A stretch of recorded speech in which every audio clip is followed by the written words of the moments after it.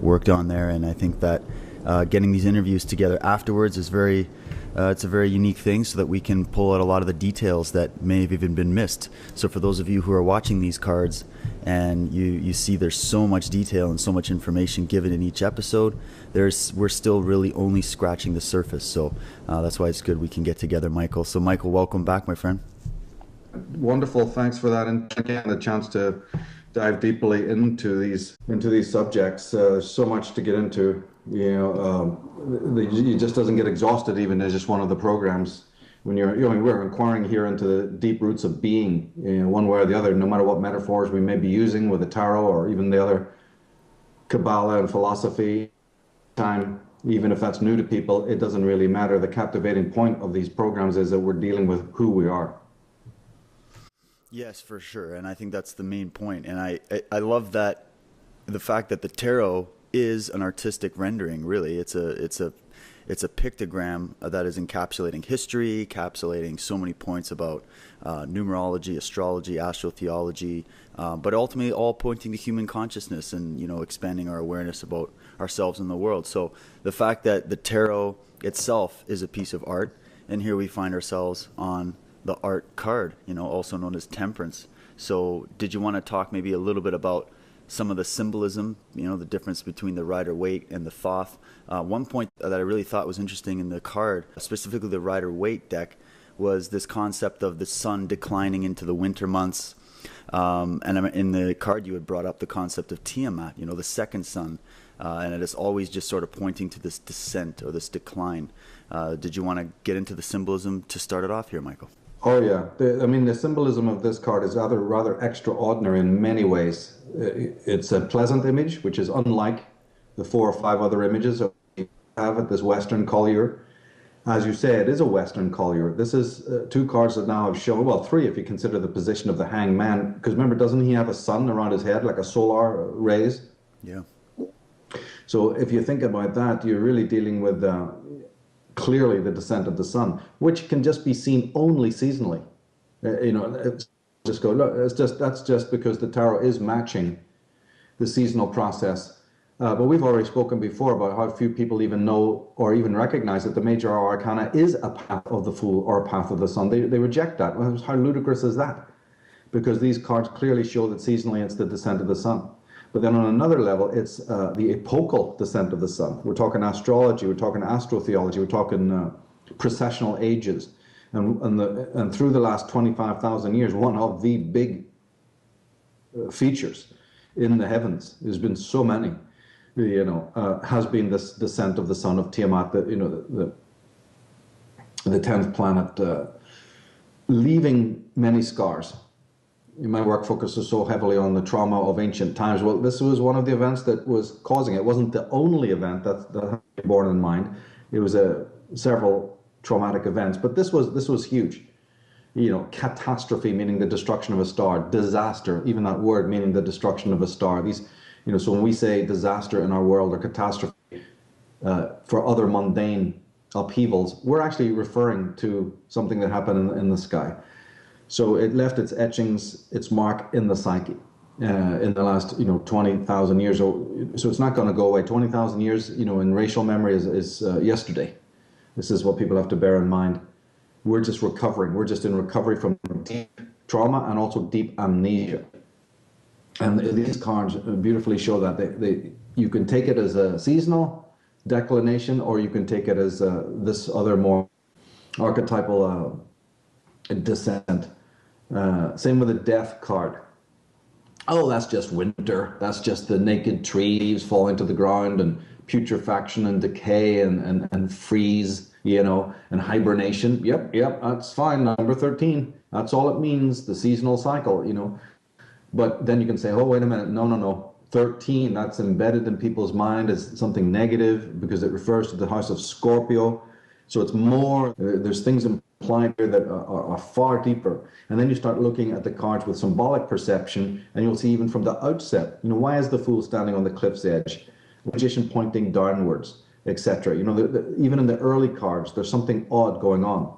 There's subliminal stuff, and the Strength card, we see a little Pyramid of Giza motif far away in the distance, but the lion represents the Sphinx, And as you said, it's artwork, right? And art is vastly important. Once the human, remember when we've been speaking about the three stages of consciousness. You know, subconscious, conscious, and then self-consciousness. And in this card, we're sort of self-consciousness is now not beginning, but we're right in the middle of activating it. You know, the hand has been on the switch, but we haven't actually pulled the lever yet to activate self-consciousness, you know, in the Hegelian sense. Well, we are at this card. But see, art plays a role all through the stages. In the unconscious, we have dreams. It's a natural process of the mind to dream, and that's art. Some people even hear music and all of that. You know, in consciousness, just when man is primitive and walking around in nature, we see cave art. So ancient man was aware of depiction, which already tells you he had some a mental faculty. Oh, by God, these, you know, like we talked about these materialist atheists last program, even recognizing reality, and we saw how absolutely ludicrous that is. Well, right. Boy, when they find primitive art on the caves, they just don't want to accept that this was anything more than hallucinogenics. Whether it's in Ireland, you know, you've been to Newgrange, right? They have the swirls. Right.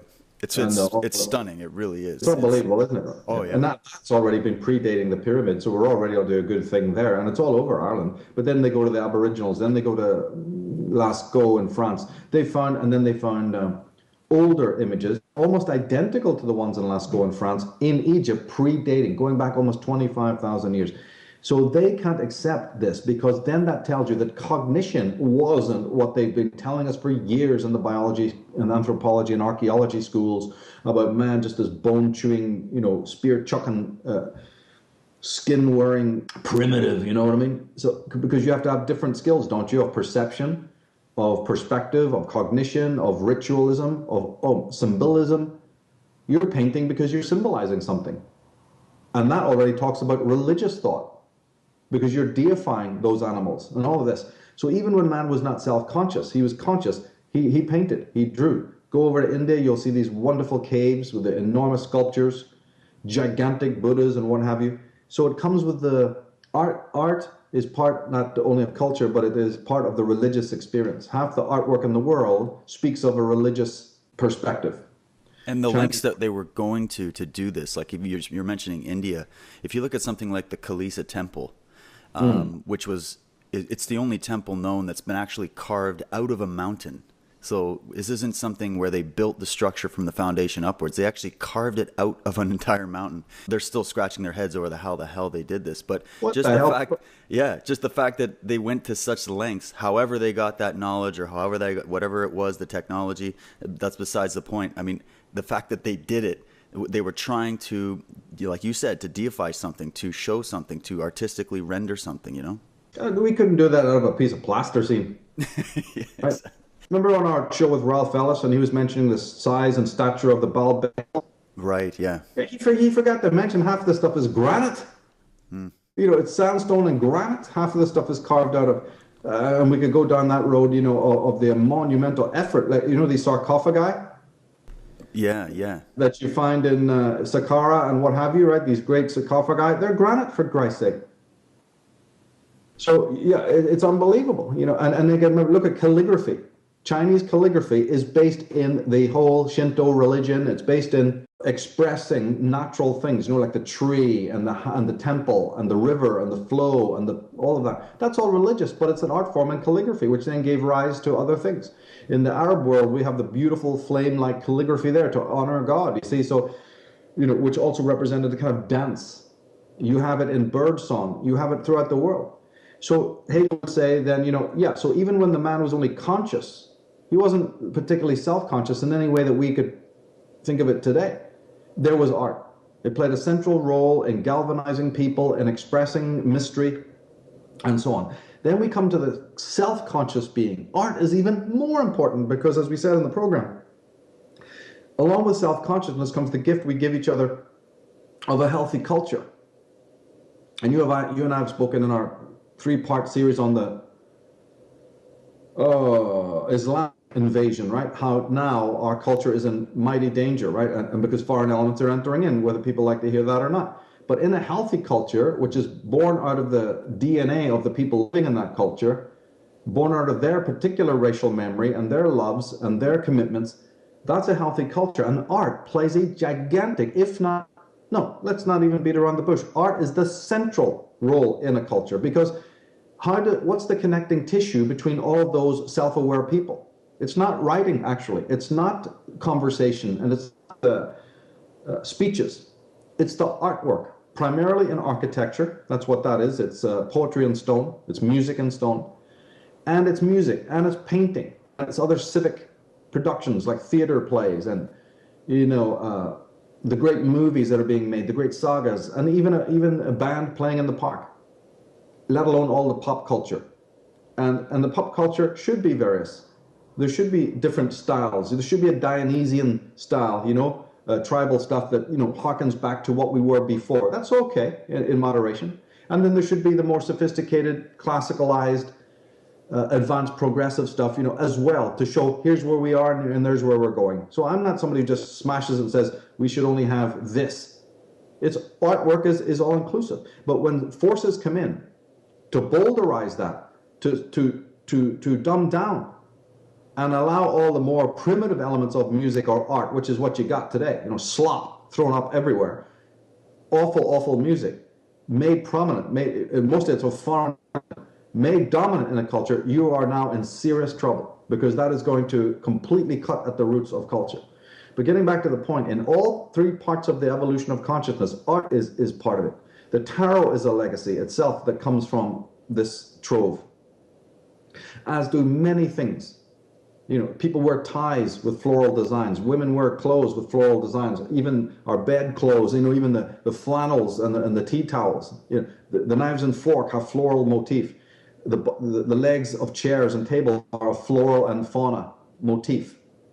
It's all around us, but we've synthesized it. We have simulacred it, but it's still very important there. But the underlying tissue of that connects one man to another isn't grabbing people by the shoulder and go, "Are you self-conscious? Are you cultural? Have we dissolved the master-slave? I'm evolved, you're evolved." We don't do that. What we do is we create cultural things for other people to then, it permeates the culture, and then people come along and they get the message. It works on subconscious, pre-conscious level where everybody feels, yeah, we're together, because of these cultural things. So, you can do other things in life, industrial, mechanical things, that's fine. But Hegel wanted everyone to be an artist. He wanted everyone to participate on some level in the arts. And if he had seen our culture today, he would have given a couple of stars for the technical progress. But like Heidegger, who came later, he would have been very worried at how the arts are being treated, music, whatever you want. And so he would have encouraged a massive, radical, cultural, artistic project, not to create this, this demonic shit that, when they do have these projects, this horrific stuff, But he would have been always working to create every quarter, every 2 or 3 times a year, we would have had major art projects in which very, very many people would have been involved. And then those processes themselves would have continued to evolve, never calling one of them perfect, but every hands on the clay. Everybody would have their hands on the palette to get close to color, to build relationships with color, to build relationships with the soil, to know how to use a kiln, and to make a clay pot. All the things that people just do recreationally. But Hegel would have taken that up to the vocational level. He wouldn't have been satisfied to keep it on a recreational level. That's no good. If you want a perfect culture, you have to have art in a state of worship. Art is the expression of who you are, like it used to be for the Greeks, and even the Romans and other cultures. And it's been lost in Western culture now. It's just a recreational thing. And he would not have liked that, because that's already a sign of society and culture in decline, actually. And in that sense, he's exactly on the same page as people like William Blake, who believed in art capital. And in my articles on the Schelling Zone site, I always then capitalize the word art for that very reason, because it's not to be thought of as just, doing it out of a recreational sense. This is a spiritual holy work, as it was for our ancestors. And it's often a reflection of nature. It's interesting you were talking about the flora and fauna motifs we see everywhere. And when you look at good art, it calls you back to that same spirit you might feel when you're walking through a garden, or, you know, you're in a beautiful park, or you're outside by the water and you see a mountain or something like that. That this is something that is calling your spirit. It's calling that deeper part of you. And it brings me back to that Schelling quote where he was talking about the nature of spirit being synonymous with nature itself. And so if nature is calling out that spirit, then art is your way of really bringing it out and rendering it, and being unique in your expression of it, so that you can connect to a deeper level of yourself, right? Absolutely. And like in Path of the Fool, I left that on the shelf for 20 years. Those articles, well, not 20, but 16 years. They were written in 2000, you know, and I didn't want to work on it until now, until the video and the graphics could embellish it. And as you say, the tarot, look at this card itself. Each one suggests something to the right brain. Each card opens up a door, right? Ancestral memory, racial memory, personal memory. People have their own personal likes of color, or, shape, what have you. This one is showing us by the whole image of the card that something, a splitting has taken place. The very female in the Thoth deck is split. Even in the Rider-Waite, there's still a split between the two chalices, right? Are they pouring one to the other? Something's being mixed. There's a sense of division, and there's also a sense of reconciliation. So I think that is unpacked then, as I did in the program, through Bohm, Jacob Bohm, Schelling, and Hegel. I think that syzygy, that dualism, that dialectic monism it can only be explained through these people. You could use Jung, you could use even Freud if you wanted, but it's not as satisfactory as using these men, these mystics, to explain, oh yeah, there's been a splitting, all right. So then we can talk about, God, spirit. But again, if people don't like the metaphors that Bohm and Hegel were using, and they don't get, that's okay. They can think of it in terms of number, they can think of it in terms of some other bifurcation, they can think of it in other ways. I just think these are very deep looks. These men were mighty men, and they thought of these things far more accurately and profoundly than we could. And we've gone into this in previous programs about the underlying tenets of consciousness, the underlying movement of consciousness, which is not the product of in an individual mind. So this is when the whole of the materialist world is gagged, silenced. They don't know what to say about that. They want it to be under the dominion of man's mind, his intellect, his conscious waking life.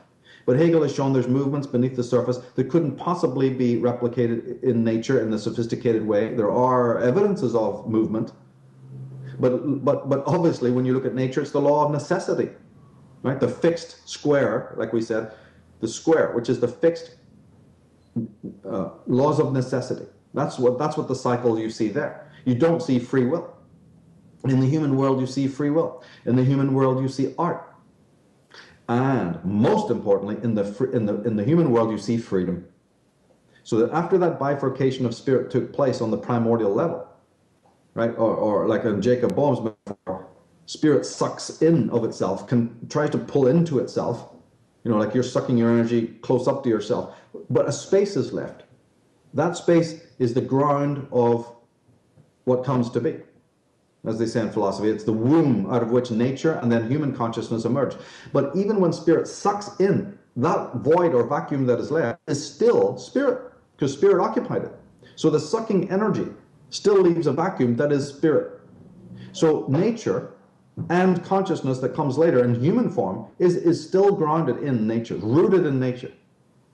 But the difference is this time that the root of nature, the ground of all of this, nature is the law of necessity, which repeats itself, but consciousness has freedom. What kind of freedom? Well, we've said it time and time again now through the last 5 cards. The freedom to either remain static and not commit to the centrifugal, just remain as it is, to endure that pang. And that's like a sort of a neurotic, just like a human being can be a schizophrenic withdrawal from the world, right? We see all of this is replicated in pathology here today, by the way. So spirit has a pathology.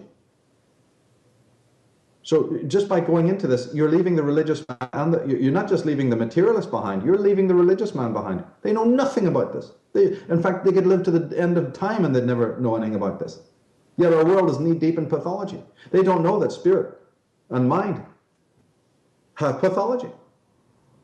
And the pathology in spirit is to remain static, to withdraw into thanatos. It withdraws into thanatos to either remain static or, even worse, to regress in a hopeless search for the lost wholeness. But unfortunately, the dynamic doesn't work. This is a book in which only the pages move forward. They don't move back. Just like time. In fact, time is another expression of exactly what we're saying. I try to make that clear in this program, that time, if we only knew what to say that word, it's the evolution of spirit. And once that wheel starts rolling, and we saw this in card number 10, then it can continue to roll. It can choose to stay still, a violation. But what my point was in this moment is that underneath it at least lies the freedom. This is why the base of everything, according to Schelling and even to Hegel, was the freedom. Because man at least is free to choose one or the other. And this is essential. Now that is one of the underlying, Hegel used the uncomfortable word logic. It's just because he was trying to get to the structure of what underlies non-conscious thought.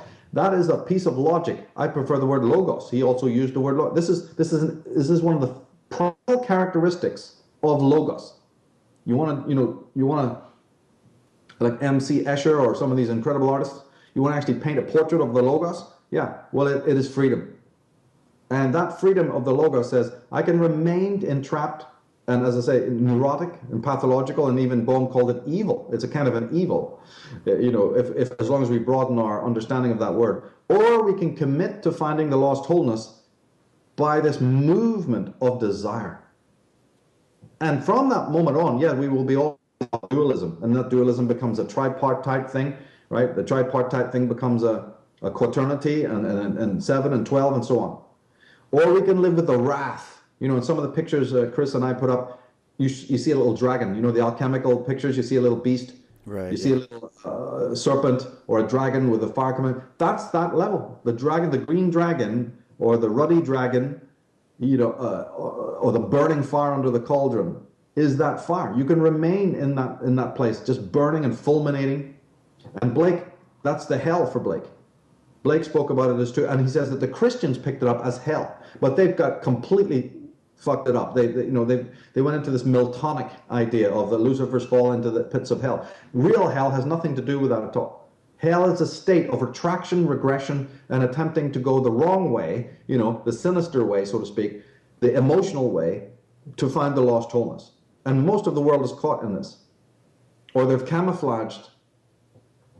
And then I said that societies could do it, which is exactly what our society is doing. People can refer to our 3-part series on the decline of the West and this Muslim immigration, all this nonsense that's going on. Because on some primal level, the forces who run the Western world don't want to run it anymore. Well, they don't know where they're going. They're going around in circles because these people are corrupt. Their minds have become so feminized and so liberalized, there's nothing left. So then the doors are wide open to, it's not the only reason, of course, but I'm talking on a very deep underlying level. If we want to examine why big epochal things happen, it's because the navigators no longer want to steer the ship towards progress and advancement and to the heights of artistic and cultural, supremacy. So they're finished. So then you just let all the dregs in. You let all the primitives mindset, collectivistic mindsets in with their, third world mentalities. And then you give them the keys of the gates of Troy. End of story. And until there's going to be now a major confrontation, which isn't what people want, but that's what's going to happen, to throw back these forces yet again, then we're going to lose everything that culturally that was created. And until people realize that culture is worth fighting for, because you're fighting for your ancestors and what they created and the commitments that they had, and are also fighting for consciousness itself. Because there won't be any consciousness to speak of when you're under these mullahs and you're under any of this the type of thing. And it hasn't been helped by Christianity in the West. I'll give you that. We're not so pristine ourselves. And your Jehovah cults. I went into that in card number 6. It hasn't been the best, but this is the coup de grace.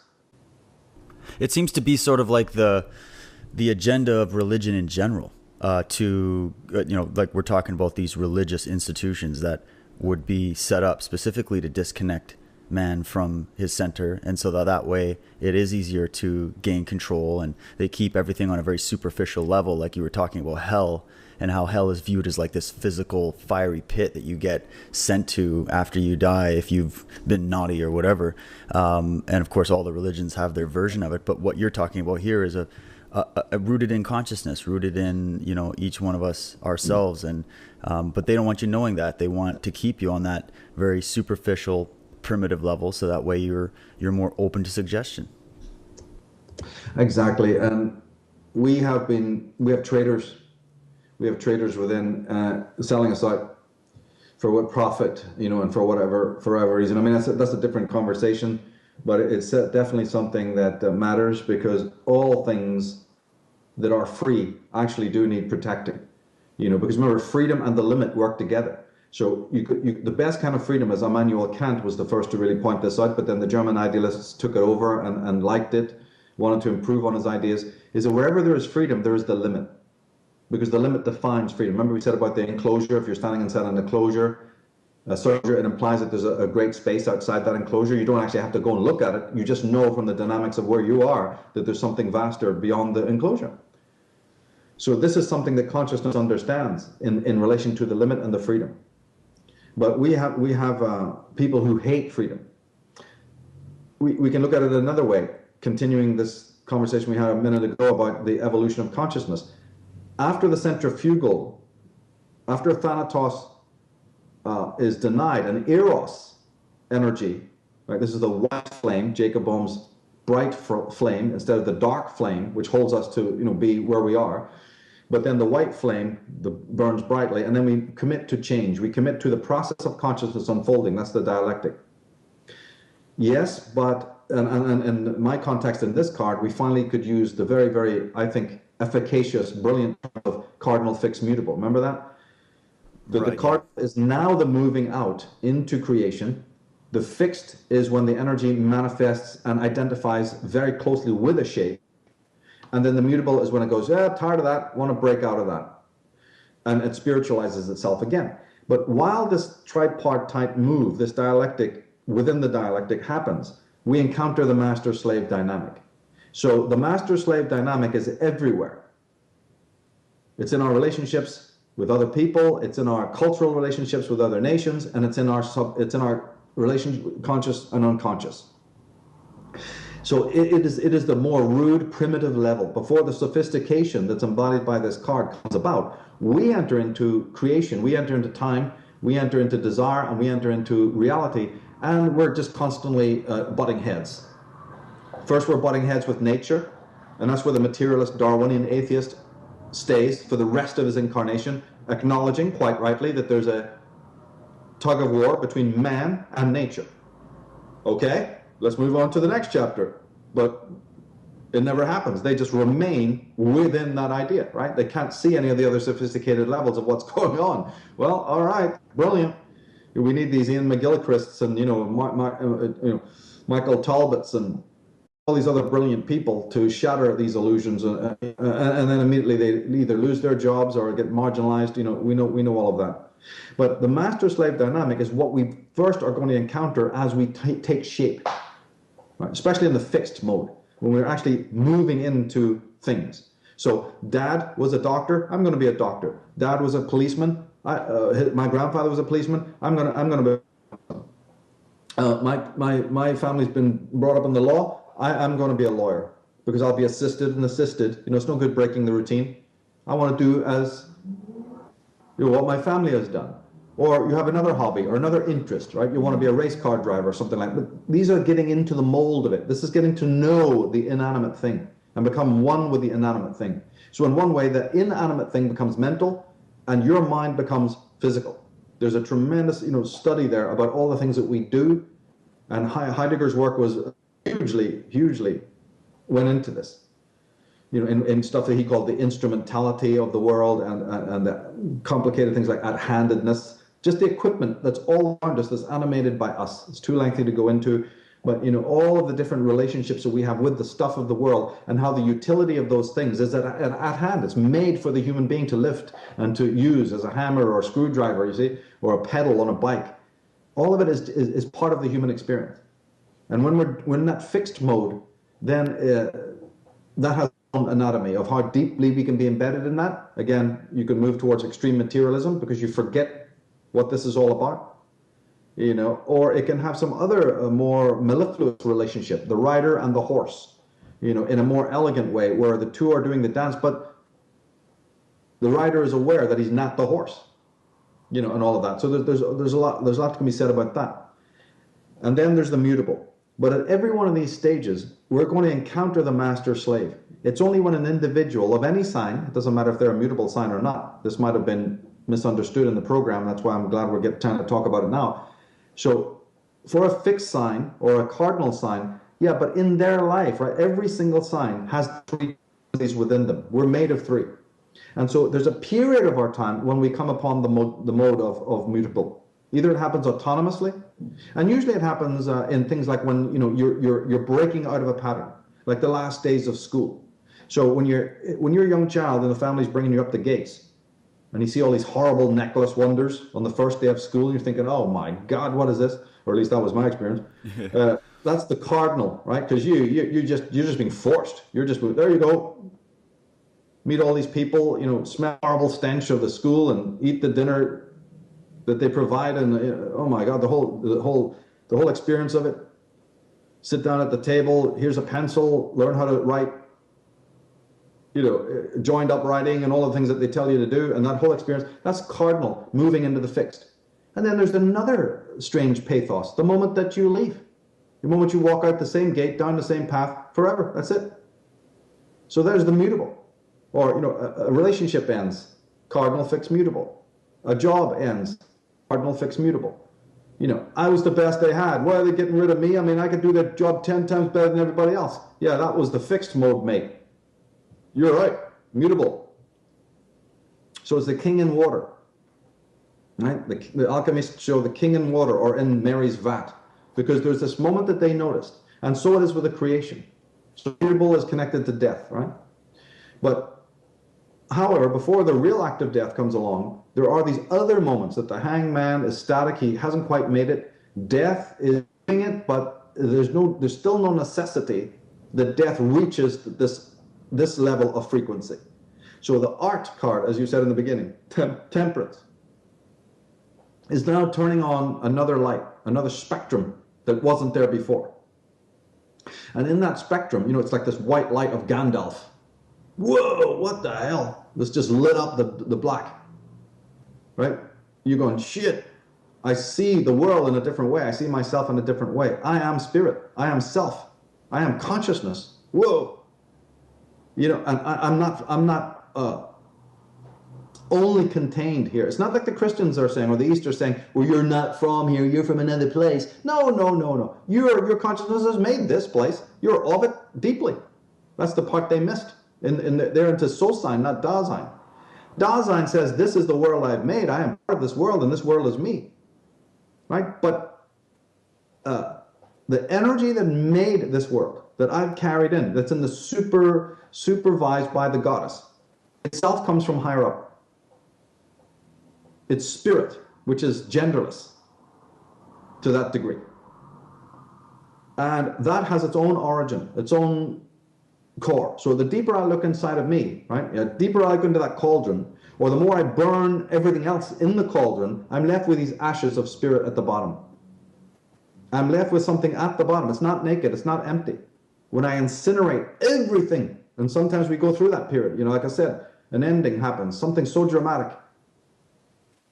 A child experiences the death of a parent that, that child thought that parent was going to be there forever, looked up to it as the hero of heroes. What am I going to do out of this gun? It's incomprehensible. And there's many other versions of these mutable moments when there's a melting feeling where somebody, like for instance, we're talking about our materialists, but there's one day that materialist is walking around and he's got the worldview, but then he hears something or sees something that tells him, no, that's not correct. And there's this epiphany, so it's happening all the time, the mutable. But it is the moment when we have the chance to transform. Doesn't mean we will, but there's the chance now to transform. You've moved into the spectral light is is flashing, and light, that's why we use the lighthouse symbol in the program. Or you might encounter a person who turns out to be mutable. Living person or somebody you're reading like Hegel or Blake. Right? Both of them were mutable signs, by the way. So you meet somebody. See, here's the weird thing though. That person doesn't necessarily need to be spiritual themselves. But the moment that you encounter them, because you are now on the monomythically, yeah, this person is spiritual. You unplug and move away, they just go back to working in 7-Eleven or something. But when you meet them, there's a dynamic, because they're mutable, you're seeing in their reflection something immense. Just to the devil card in the tower, it's the opposite, right? They're associated with Gabura. They're associated with the halfway down the tree where it's, oh, no, we can't have this. Got it back, got it. Oh, this is all wrong. So we either go static, right, which the devil is, or we have a huge, violent reaction to where we're going, and we try to turn back at all cost and find the Shangri-La, the hard way, the wrong way, retractively, right? But this card is saying, no, you're going to meet person, you're going to have an interaction, all the spiritual things. And this is why I'm a personalist, because there is absolutely no manual describing what happens when you encounter that person. Couldn't be, shouldn't be, and won't be. You have no idea what will happen. This is a person who packs their bag, says, I'm off. Oh, where are you going? Just leaves their suburb in the middle of, middle town America and says, I'm off to, I'm going to live on a boat. I'm going to eat bowls of rice. I'm done with it. I'm done with you all.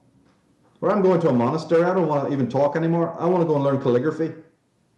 What? Oh, that.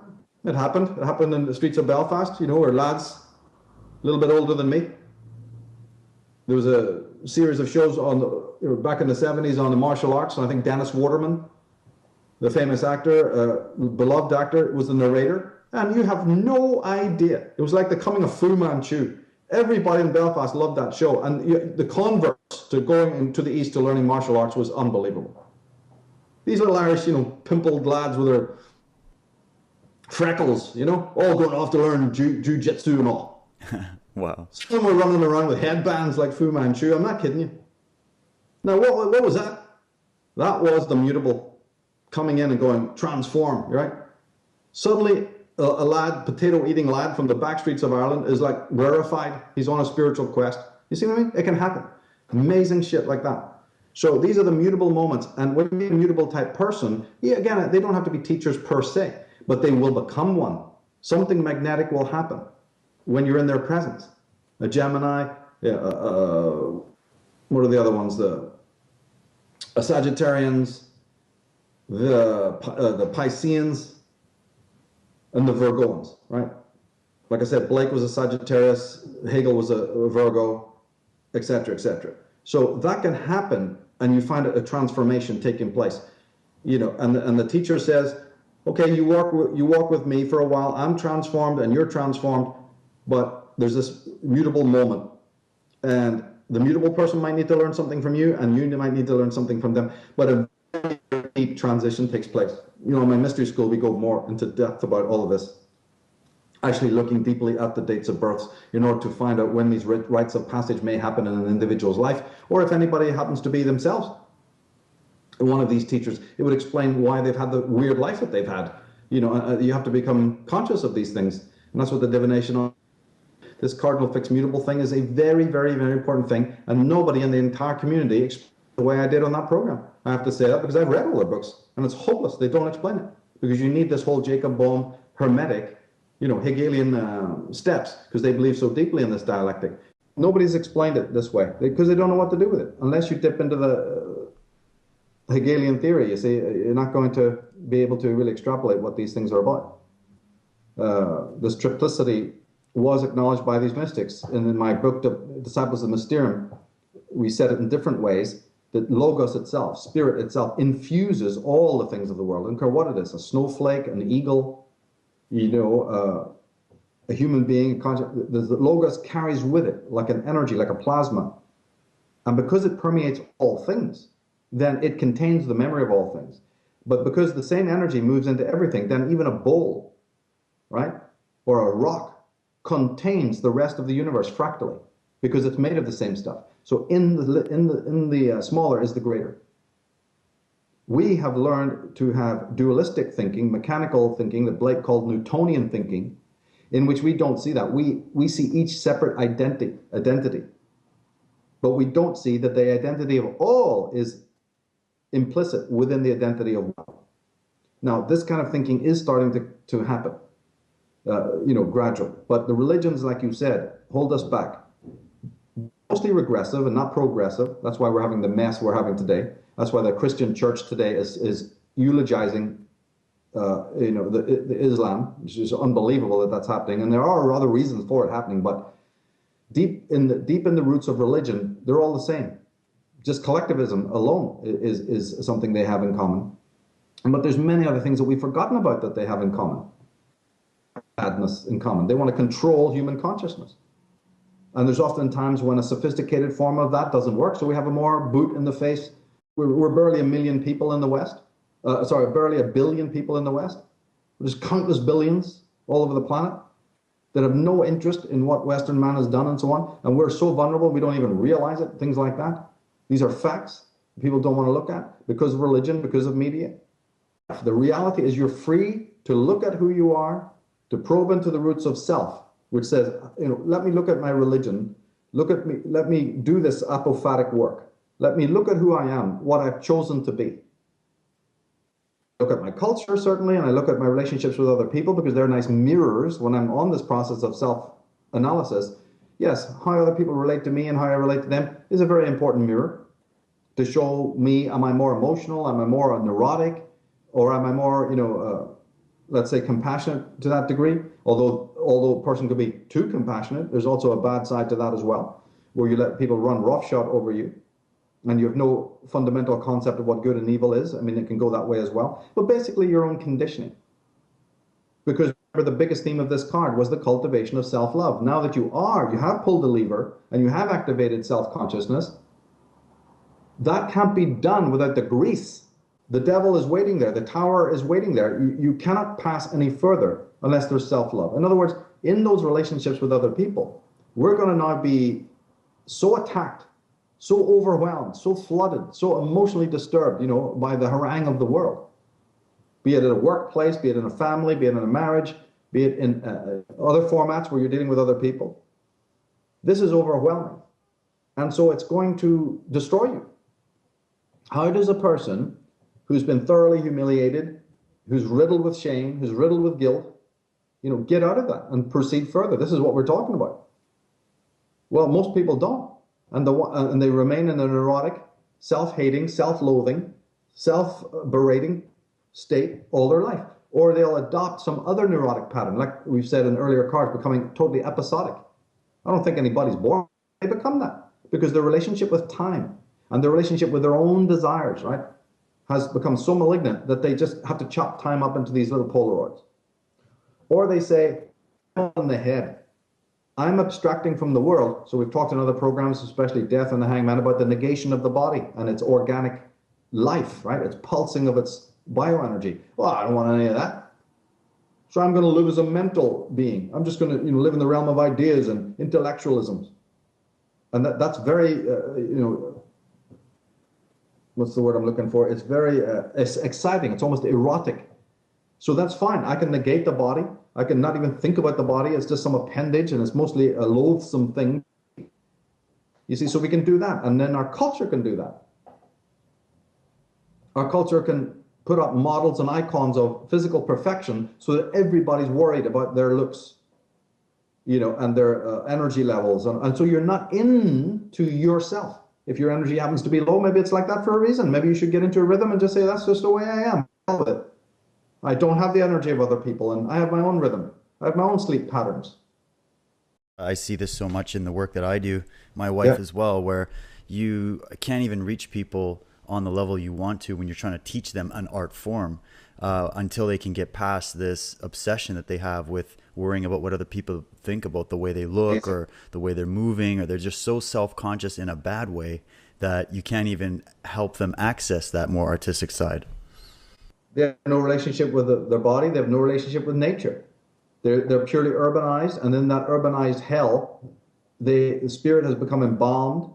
They're so locked within the fixity that the mutable doesn't happen. In a dojo, I would put loads of symbols, mutable symbols in Chinese and astrological. I just cover the whole fucking place in subliminally mutable symbols, so that the fixity can sort of, the unconscious can say, it's okay to release. It's okay to double think my roles right now, to do that. And I remember, I counsel my students in the mystery school to even wear the symbols of, certain mutable signs when they're stuck.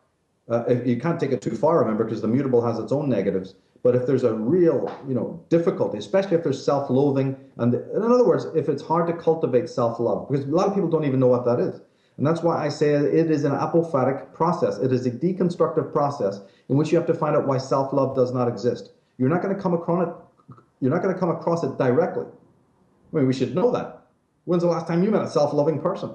We never encounter one, so how the hell will we know about it? And if we do, we might even think that person's very narcissistic. We're so confused. Our world is full of narcissists, but they don't love themselves. They hate themselves. Right? And the narcissism is a sheen, is a cover, is a false persona, or what's known technically as an idealized self.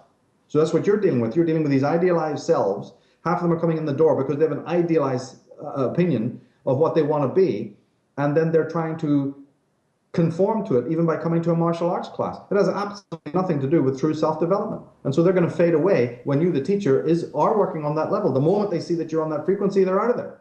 That's so true. So then you're in a major catch-22 situation personally, because now, like me and like all other people who do this kind of work, you either have to consciously dumb down and maybe even I wouldn't say corrupt is too strong a word, but you have to placate these morons, right? You have to reduce what you're doing that's very sacred to the level of these twits. And that is very, very hard for a moral person to do. Or you have to maintain your integrity and therefore lose wealth, lose success. And everybody should have success. Be out of business, that's for sure. Yes, it will. So then look, these quandaries we were talking about. People think this is a joke. It's not a joke. These are the very things that come up on a daily basis. Where the integrity of a man who is looking at the life spiritually, you're a bloody pioneer. You built the bus. They don't want to know about you. So this is incredible. This is how it works. So what do you do when you finally, the penny drops and you realize this is how superficial and empty the world is, and the guy down the street who's selling them popcorn is making a fucking fortune, and you're barely surviving? How do you do that? What do you do when that penny drops? Do you sell out or do you maintain your integrity? Well, see, that's, as I said, there's no A to Z manual. Everyone has to work it out for themselves where the pressures are. There's Howard Rourke. Will you build this building according to our specifications? You're hungry, you're starving. What's your answer? My God. What do you say? How do you get up the guts to tell them to go and shove it and carry on with your muse? Well, that takes enormous faith in spirit that your guides are going to take care of you in your own capacities, which is part of the mutable. The breaking open is very, very, very difficult. My work all through the last, I don't know how many years now, is to try and show it's very different than everybody else in the conspiracy movement. Yes, I know there's an evil hand at work out there, and I studied it through and through. But I'm much more interested in why are the gates on this Bastille are open? How come you're still in the courtyard? The chains, like in the devil card, are around your neck, but they're not tight. You can take them off anytime you want. How come you don't do that, slave? So, oh, wait a fucking minute. I'm not denying that on the battlements are some extremely evil people. But they're not they got you in chains of gold. The gates are even open. You can escape from this place. What's wrong with you? So that was, from day one, as I entered into this thing professionally, that was my main focus. And I don't know if a single person out there has, paid attention to that. They still want to go back and talk about, the oligarchy in this way that is misunderstanding it completely. They use words like Orwell, they use words like Huxley, they use words like, war on consciousness. People have even stole that term right from my work and then proceeded to go along and say nothing at all about it, not even slightly intelligent, nothing at all. It's like, well, come on, if you're going to nick the term, then go and at least say something about it to your audiences. They go and talk about, taking some jungle juice down in the Amazon, up a tree somewhere. What's that got to do with the war on consciousness? This is the deepest of all subjects. Who we are as conscious beings, how consciousness has made our culture, how consciousness is under threat, of this apophatic process that we're talking about, of looking deeply at who you are. And you can't do that with the help of a guru or a textbook. You have to do it through the divination arts. You have to do it by martial arts. You have to do it by testing yourself. Like I said, why am I not in touch with my body? Why does, when my body aches, when my body's doing it, I'm not listening to its language. I'm not listening to its control. I spend most of my time on a flat surface in the city. I'm never in nature. I don't lie on a field. I don't smell the earth. I don't go and climb a tree. I'm not connected. Not really. When's the last time, I lit a fire in the middle of the forest? Or really took in, the flow of water? I've used synthesized things. I'm using all of that synthesized because the city is brilliant at providing all of that in a synthetic way. But that is, I don't want to become a synthetic person. So I acknowledge that, but I have, a good part of my being in the natural world, because the natural world is mutable to that degree. We said here that it's fixed in the relationship of fixity, right? The laws of necessity. Yes, but that's until you walk into it. Like I said, when you meet the mutable person, that person may have been very mundane until they met you. But something is not going to happen, because whether they know it or not, they carry a deeper key within them that they may have never used until you come along. Well, it's kind of the same with nature. When you go to those mountains, when you go to those rivers, those lakes and those meadows, you see, those open spaces, whoa, something very, very different happens. And you start to discover these intimate connections between your consciousness and the external world. The limits that force you into a fixed, incarcerated sort of mode for a while, but also the freedom to step out of it at any moment. And then you discover that it is this artwork, that your life is art. Eigenwelt, Umwelt, Mitwelt. How you balance those three together. And since working with the Mitwelt, other people, is immensely traumatizing, you have then to examine yourself like a laboratory technician. What kind of conditioning have I succumbed to? And who's had the most influence on me? Mom or dad? Teacher, tutor? Religious priest, politician? Let me look at all of that. Doesn't mean I throw it all out. I may keep a lot of it, but I wanted to examine just how incarcerated I am. That's a very private process. And that is why when you talk about this, it's like in The Prisoner at the end. The moment he starts to speak, everybody gets up and starts clapping and making a noise. He can't even get a first word out because there's suddenly the cacophony shuts him up. So anyone who draws attention to consciousness, he's immediately shouted down by the masses going, Illuminati! Yeah, they have to have something. I mean, even though, like you were saying, there are these forces at work in the world, they're only there because no one's really tending the garden, in our society. And the death of the culture is a huge aspect of how that's come into being. It's kind of like you've said before, how there's vultures there because there's worms there, there's decay, it's calling it in. So a lot of people now, they just want to point the finger externally because they haven't the ability to change themselves within. Everybody wants to change the world. I hear this conversation all the time. I used to be part of it. But I mean, nobody wants to change themselves, which would lead to the change in the world, right? That's right. Remember in Hobbit, the king of the wood elves wants to stay only within the dark shadows of his own realm. And he has done so for thousands of years. He actually forbids any of the other elves to even go beyond the limits of the forest of Mirkwood to help any of the other people, even though they call on him. And in fact, he did it for so long that the lake men have a very deep antipathy towards these people who should be their highest friends. There's a metaphor in that. People embalm themselves and lock themselves in to the city, to the fixity. Then I'm an expert in looking at what comes out of that. So when I see Eastern dogma creeping into the West in the 60s, when I see rolling around in the mud in Woodstock, when I see Islam flaring up, when I see feminism, when I see flat earth theory, I know what it's all about and how it came. I was expecting it because you live in that urbanized environment. You never see the natural light of the sky. You don't lie on a meadow. You don't work with the animals. You don't smell the earth. You don't go on long walks. That's it. Pestilence will be bred. And then, superficial people will then say, I want a superficial way out of this. And the New Age basically to provide that. There were some good things within the New Age movement, just like there is even within religion. But mostly it was a panacea and a falsity. So the great man then has to say, oh my God, I am going to have to work with my skills within that false world. But that's another story, how you blend that. So the cups, temperance is showing you, it is always a blending. Spirit itself cannot come into the world in a pure form. Right? Jesus was a carpenter. It's all there. He died on the cross of 4 to become the Akash, to become the 5th. It's all there, the cardinal fixed mutable. All the proofs, of the spiritual reality are right in front of us. Even a materialist, if he's open-minded, can see it in an instant. But they refuse to do it because they haven't done this inner work.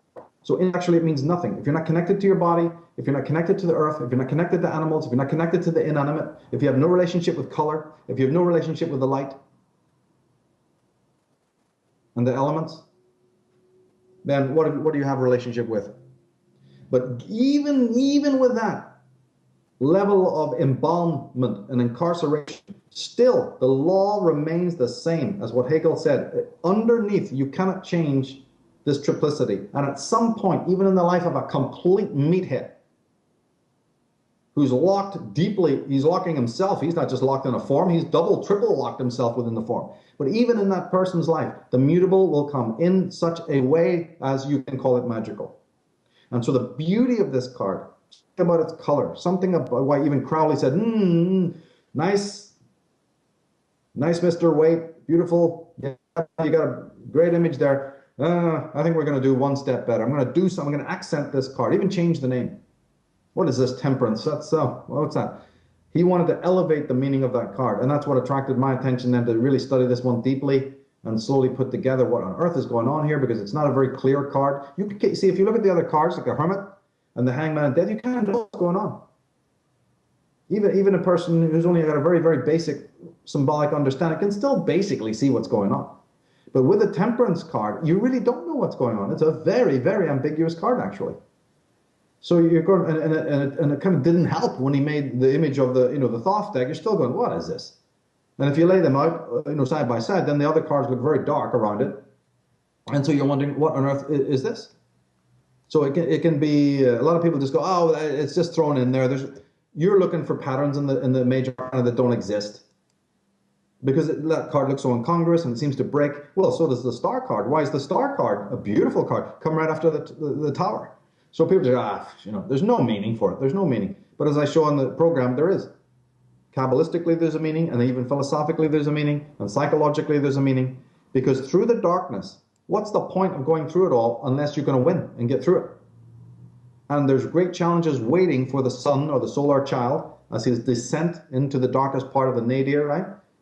Even the figure of the next program about her foot being in water and one part on earth, because there's a move of the sun towards Capricorn, which has always been in the Hermetic tradition, the death of the sun, the great grotto. And New Land, that place, that grotto, that grove, but it's not guaranteed. Or let's say that the life can come from it, but it's an empty life. It's a life of superficiality. The solar child can be born again, but he can be an idiot. So it's not just that, life is born again from the roots of nature, organically, the mother gives birth again and nature will give birth to it. Yeah, big deal. What good is a rose that doesn't smell? Where's the perfume of life? Where's the greatness of it all? Something can break open and a tree can be, what happens? The first gale comes, it knocks it out.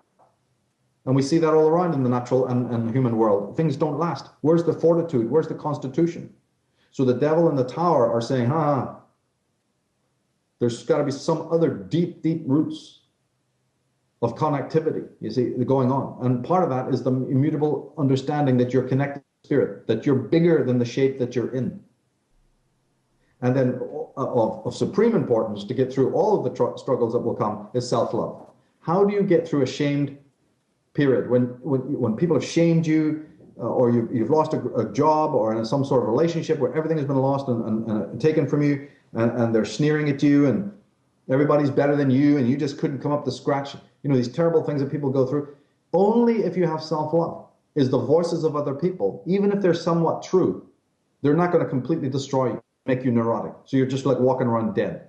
Most people have the experience I'm talking about by the time they're 8 years old. So let's forget about marriages, okay? We're already under the gun from that much earlier on than that. You're barely going through the Oedipal stage and you're already well and truly hectored to death.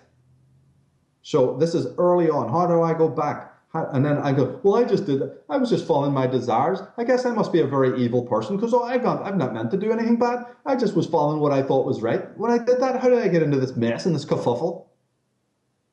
And all the other, cocktail of nonsense that comes with it, all the neurosis. And then the denial and the denial of the denial. And the negation, like I said, the negation of your body, the vitality, the negation of your innocence, the inability to start again, the inability to come back to the mind of the beginner. I guess when people walk into your dojo, on some good level, that's what they are trying. Under all the neurotic stuff, and I want to be like this, and I want to be like that, and I want to, find inauthentic modes.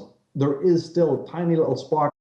That's why these, in the New Age movement, things like rebirthing were very, very attractive to people. I can understand why. It's because once you've reached about 20 years of age, or let's say even your turn, or at other important astrological points, the world is going to feel too much with me. And somebody waves a flyer in your hand and goes, come down here, jump into the pool, and we'll rebirth you. Jesus, the lines were at the door back in the 70s and 80s. And no wonder. I can understand it because, and again, even going to the East feels like I'm going back to the womb. I dress in a robe, I got some beads, I sit on a manja all day, drinking a bowl of, goat's milk. I've left the world behind. That is very, very attractive. And if a couple of 100 million other people are doing it at some ashram, I don't think anything in the whole wide world can stop you. Right. And our world offers 101 ways of doing that, even in the West. And would this then be, you were mentioning this idea of mutability and the fixed. I mean, it seems like everybody at this stage of consciousness is trying to, or people that are in this state of consciousness are trying to forcefully keep things in a fixed state, like people that are fearing change, for example. Whereas the artist is someone that always embraces change. It always embraces that constant movement and that flow from that imaginative place, because imagination is always moving and flowing. Whereas it's like that left brain approach which is what we see kind of dominating our society today, is very much about freezing things in time and trying to, like, even the ads that are out there from Madison Avenue or whatever, it's all about, it's the youth, glorifying the youth. You never age. Go get plastic surgery, stretch your face out, wrap it around halfway around your head so that way you look younger.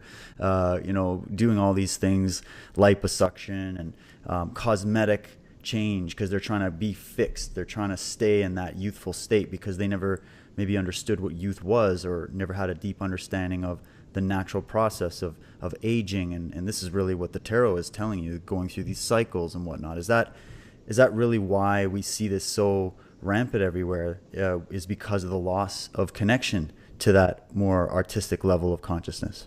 Of course it is. Like we said a minute ago, they even help you through into the mutable, but you don't go even when the door's wide open.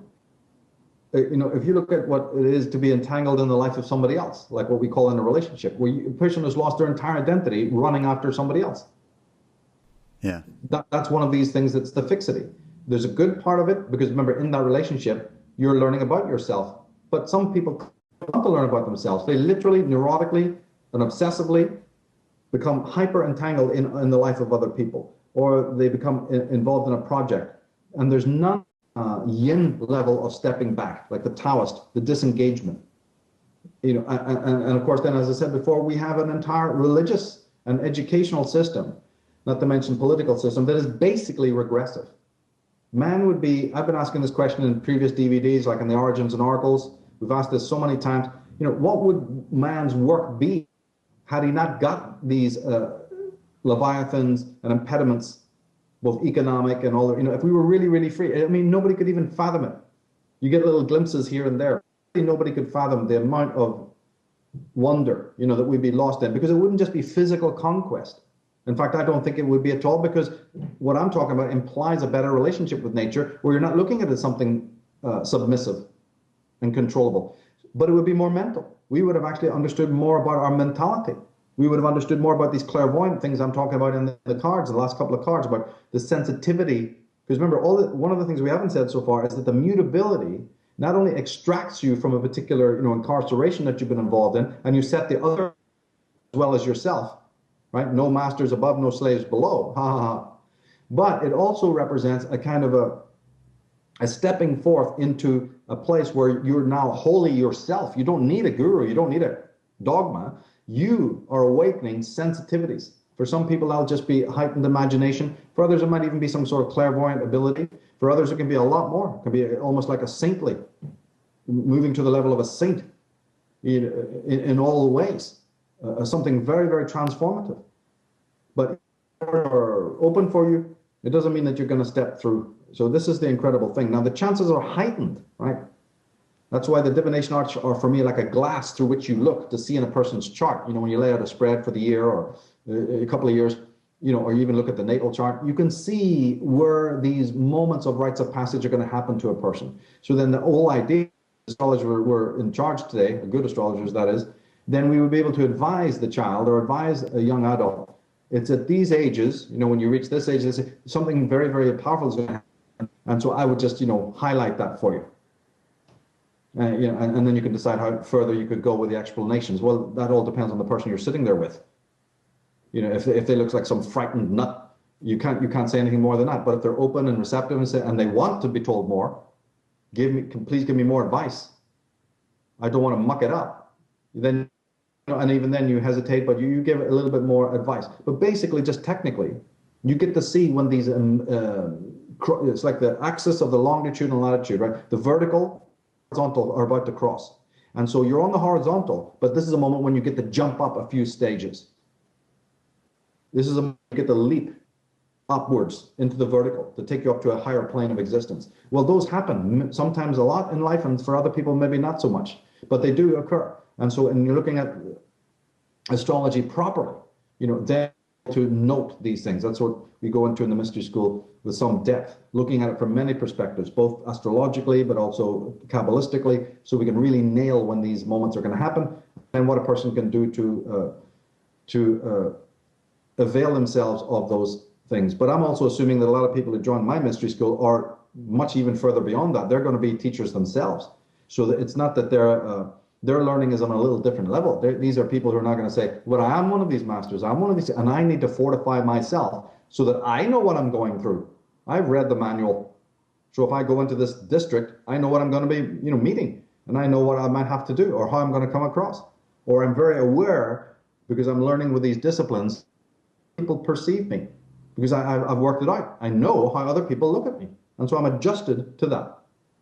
And things like that. You get as I say, you're getting into the depth of the origin of who we are as beings in a real way. That no external teaching, school, subject matter, is going to bring you. So when people lose themselves, they lose themselves in political movement. When they lose themselves in the daily world of stimuli. When they lose themselves in relationships and those entanglements, consciously, the fixed place has become a haven. Right? It's for something else, but people have used it as the familiar. And so the square, the box, the cube can become something in which you get impaled, just like the hangman. And so when you're impaled, it becomes almost impossible to remove you. But as we said, as Hegel said, they were all, and sometimes I wonder why, but they were. And they said, no, even within that most incarcerated person, a ray of light can come in to call them out of it to a certain degree. Because each and every person has the ability to do this apophatic analysis of themselves. It comes with the territory. Everybody has the skill. And you wouldn't have the skill if it didn't mean that everyone, no matter how evil and arrested and static and sour and regimented they've made their life, etc., they can step out of it. But again, the real process is looking at all the inauthentic ways in which people get out of it. That's a study. And looking deeply at why we don't have the self-love. So we are very, very arrested in that, in the West. I would say in the world, right? But the next step, if somebody wanted to know what the real next step was, and this does also tie into fighting the enemy, by the way, and that is the cultivation of self-love. Getting rid of the self-hate, the masochism, building up self-esteem in all areas of life, not narcissistically, but in a true selfhood manner, right, is the great step forward. And so your Ayn Rands, your Nathaniel Brandons, the Wilhelm Reichs, all of the, Arthur Yanov, all the people I mentioned throughout my work, and have been doing so almost repetitively, is because I know what I'm circulating around. I know where this vortex leads. You've got to get not only the heightened artism to get the art going and do it in a capitalized way, but you're also going to need the individual process, which is apophatic, of developing this self-love, self-esteem.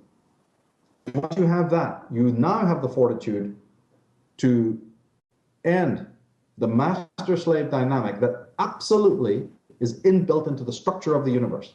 When the soul enters into this world, which is, as we said, is not like the religious people, the world is spiritual because it's built out of spirit. There's no spiritual world and the material world. Like William Blake said, the divide between the body and the soul should be expunged. It's nonsense. But what the understanding is, although there's no fixed hierarchy, the understanding is that when you're here, you can get trapped. Then comes the mutable. And then there's the different relationship that strikes up. And since there's this ability to get locked into these modes, there's also the ability that you have to step back out of them, you see, and that's freedom. Freedom is at the base.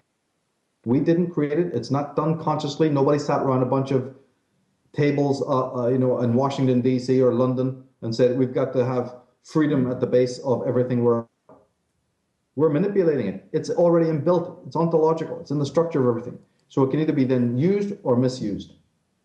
But again, just to reiterate and underline this, unless individuals have the self-esteem, then you will never remove from power the tyrant.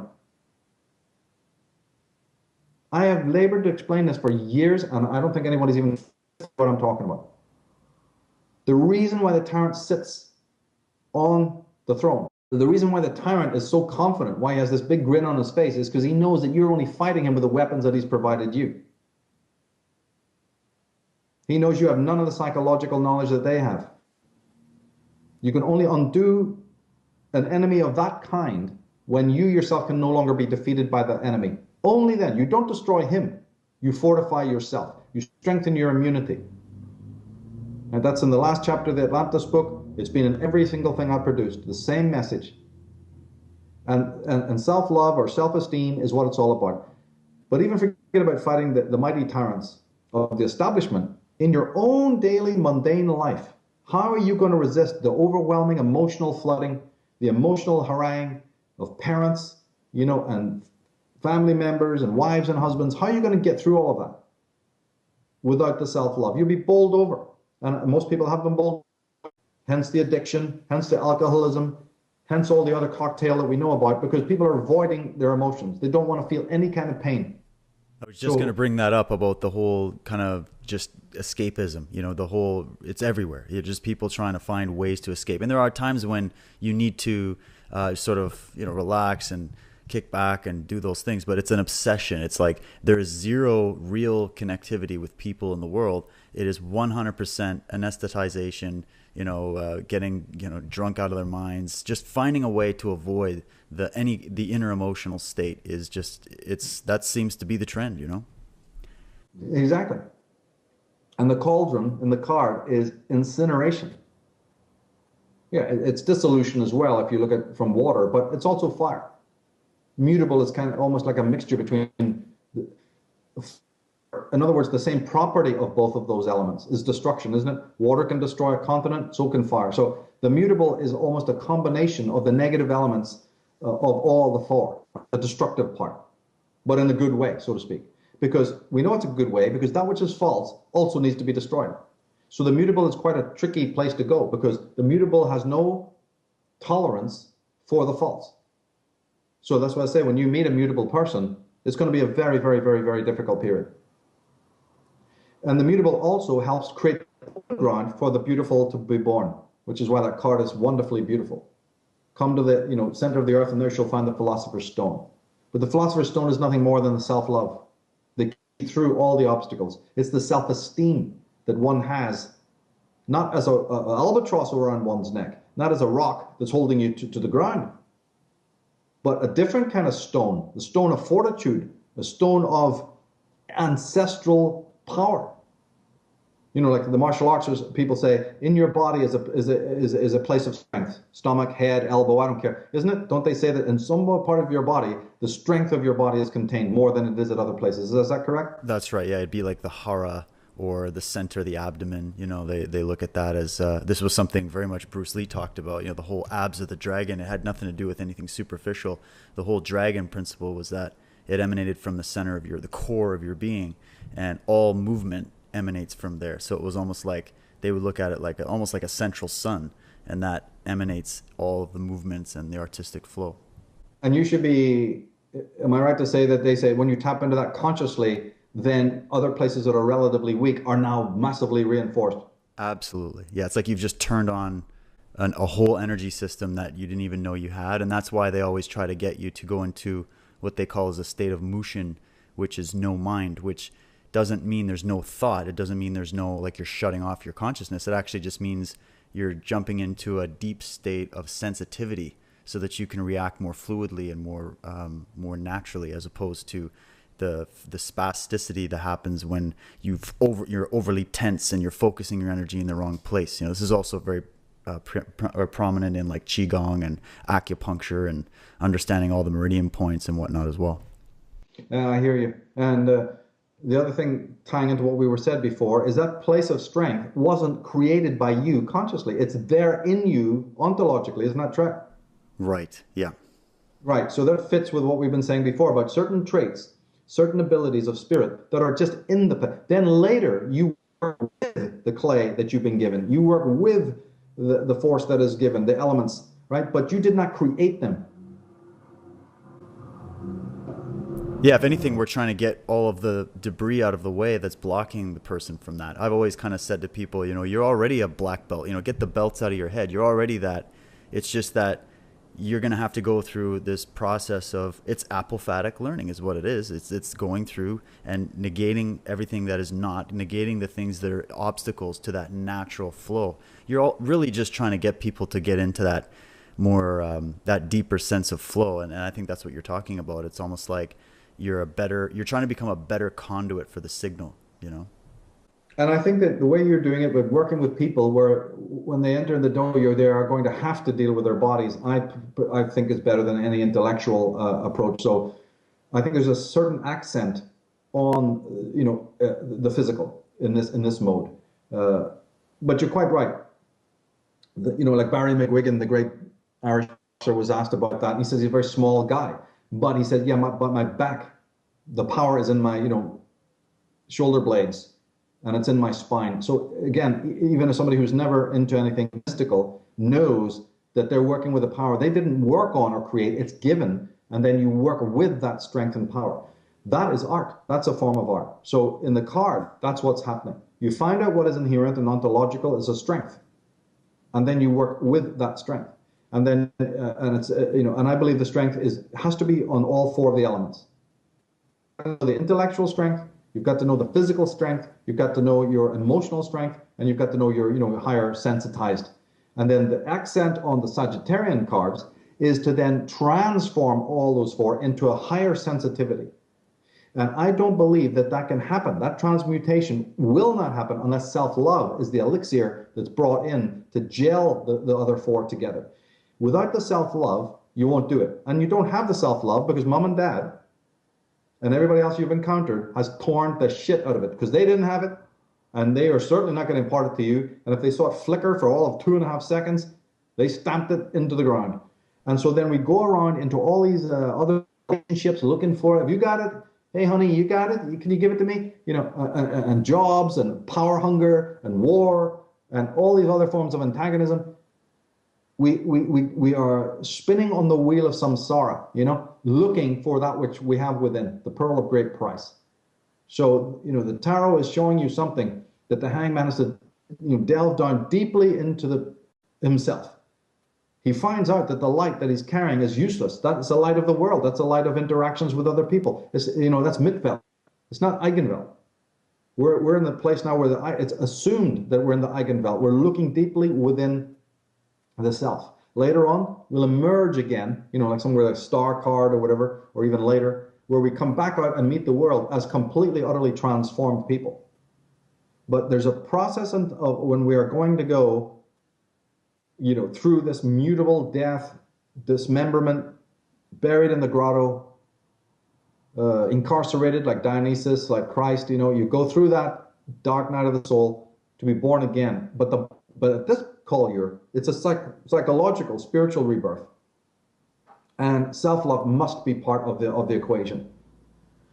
And unfortunately, the psychological terminology needs to come back into play, the self-esteem. And people really need to get to grips with why they don't have that, and why they've replaced it with narcissism, with power lust, or with some other neurotic inhibition, withdrawal from the world. I'm not very much.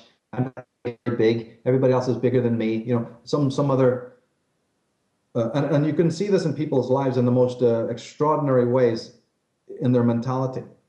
All sorts of people have these neurotic tendencies. They don't know it, but how they're always unassuming, or they're let people walk all over them, or they don't take enough credit for the things that they do that are good, or they try to prove to themselves through 100 good deeds when one would have sufficed, or they're projecting their goodness onto other people. I mean, the cocktail is just endless.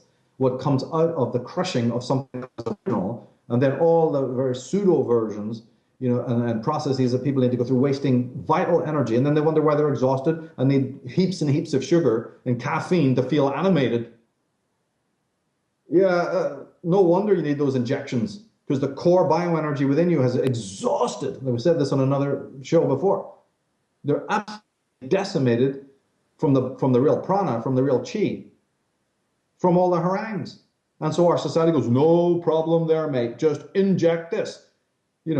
Cappuccinos, more sugar, and all that goes with it. All the alcohol, which just converts to sugar, and all the rest of it, because now you're being amped up through this artificial stimuli, which is then the body is all of the different voices of the body are entirely shut down, because you're using a synthetic external stimulant. And they're not even really stimulants at the end of the day, but just topically they act as stimulants. But they're not they're stimulating the neocortex, and the ego, which is the skin, as Reich just explained it, the flesh, the surface of the body. But the inner core is being actually suppressed. They're bromides for the actual bioenergy, which is now said, we don't need you. You could just turn those engines off. You're no longer needed. I have enough stimuli for the day from caffeine in the morning and the sugar. So that after a few years of doing that, the body gets the message. You don't even need to work with the normal biology. You can unplug that. Yeah, well, that creates the cancers and the slow decay and the lymphomas. And, you unplug your own bioenergy, which is vital and natural and real. And why not? We're living in a city. We don't need any of that. Yeah, but then you're going to tell me tomorrow you got Alzheimer's and you got all sorts of the maladies, which we could list for hours and hours and hours. The cholesterol and all the other blocks, the colon cancers, the prostates, the kidney stones, the gallstones, right? I don't know what. Because you've unplugged from the vital energy of your being. It's no longer flowing. What do you think is going to happen? What happens to a riverbed when the waters dry up? What happens to a beautiful field, or hills when there's no rain? And the rain the sprinkler stuff is dead water, gray water, horrible. What's going to happen there? Flowers may grow, but they have no scent. That's what's happening in our world, all over the world. So it is absolutely, as we said in the previous program, vital that people get back into, okay, let's, for argument's sake, just quote unquote Eastern. These are the high teachings of the Arya. These were universal. The Qigongs and the Reikis and all of that and the martial arts, these are universal. They've had them all over the world. But if you wanna call them Eastern, then that's fine. But people have to ground themselves back into that, or in some version of that. Because even if they don't want to go to a place where other people are gathering, at least study it. Study these masters and study the divination, because this is going to, it's the only way left to fortify what's going on, because the world will throw these obstacles in your way. It will throw the challenges in your way, like we're going to see in the devil card in the tower. You will be forced to react to those obstacles in negative, unsustainable ways, which further blow energy and waste energy, sometimes to the point of utter neurosis and breakdown. And what can happen on the physical, individual level can happen on the social, cultural level, which we're seeing right now. The rot has finally spread. Then you're going to turn to Big Brother for help. And I mean not just the politicians, but the priests. Save us! And these mothers, they come in. Oh, they're just sitting waiting. They're orchestrating the whole thing. And then what do? They say, don't love yourself. You should actually loathe yourself because you're a dirty, filthy sinner. So you should love some figure that supposedly existed thousands of years ago that loves you more than you'll ever love yourself. And through that vicarious love, you'll find love and meaning. And it's just such utter bullshit. Remember we said at the beginning that these religions have many similarities. You've just hit one of the key ones. They're all sadistic. They're all masochistic. They'll throw up something or someone that causes not only unbelievable division, or like the Platonic concept that the higher world is higher and this is the lower, or they'll create some body hate. It's all there. Sosign, we've talked about it in previous programs. It's all there. And then they're sitting waiting because they know that you're traumatized within from ancestral trauma. You've got the amnesia. And so every time they tickle that pain, subconsciously, we immediately squirm and fall. Don't, please, give me structure, give me order. Then our art form has to be a certain way, our music has to be a certain way, our architecture to be a certain way, our relationships are a certain way. And Big Brother has nothing to worry about because all mutability has gone. All mutability is gone. And then when in our own lives, like I said, this is inevitable that you'll come up, then we have a complete and utter reaction. So when you do meet that mutable, whether it's in a hero, a person, a past rider, the mutable comes into your life, it's extremely hard now because everything is geared the other way. And so there's an enormous difficulty. And even for mutable people, I'd say, for some people who are mutable, who are very much committed to the spiritual, have a terrible, terrible difficulty because they feel extremely alienated and what have you. But as I said, it's no good to think of just people who are of those signs. That's not quite sensible. We all have these mutable elements within us. So I don't care what sign you are. You have the three within the one. So there's periods of your life where you will go through the mutable and then you will have a really, really rough ride until you know some of the things that we're talking about, and ultimately until you find the way to cultivate the self-love. But that is not what's in the air today. That's not what's been in the world for a long, long time. And it's going to be very hard pickings to find it. Because there's absolutely so much jive spoken about the nature of the ego, and spoken about selflessness and altruism and the other person and compassion for evil and all this rubbish that I've tried so hard to deconstruct in my work, so people come back to even the first stages of sanity again. Because the answers are there. They just but you can't lead people to, you can lead them to water, but you can't make them drink. And if they want to go down in this vat of altruism and selflessness, you can't stop it. But it doesn't mean also that the answers weren't there for those who wanted another way of being. Well, like you said before, we're in a bit of a rock and a hard place here with this, because the minute you do cultivate that self-love and that self-esteem, you're going to gain a level of confidence you've never really felt before. I know that's how it was for me. And then you're going to be accused of being the arrogant one, or the one that's, what makes you so confident? What the hell's that smile doing on your face? Everybody just, they want to see confident people. That's why they worship celebrities and all of these different figures. But they want to, just as equally, they want to tear them down. They want to tear people down around them because they themselves can't generate that self-love from within. So anybody that's out there, they get that mixed up with the narcissistic, the truly narcissistic person. And they say, oh, well, if you've gained some kind of self-confidence and you're getting some kind of success in your life, then it must be just because you're too into yourself. You're selfish. You're arrogant. You think too much of yourself. When what I hear from people is that, well, the reason they come from that perspective is because they think nothing of themselves. So they have to take it out on you, right? That's right. Now, your sign is Aries, isn't it? That's right.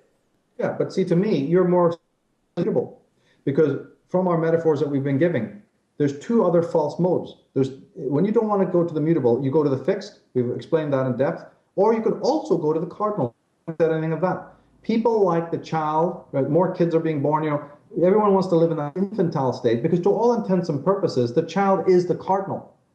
He hasn't quite moved into the fixity, so there's a freedom and a youthfulness and a vivaciousness and a sort of it's technically called polymorphous perversity, in which the child has not really met with reality. There's something wonderful about that. So when people who want to avoid the spiritual and avoid the self-esteem and avoid the higher things we've been talking about, they do have two choices.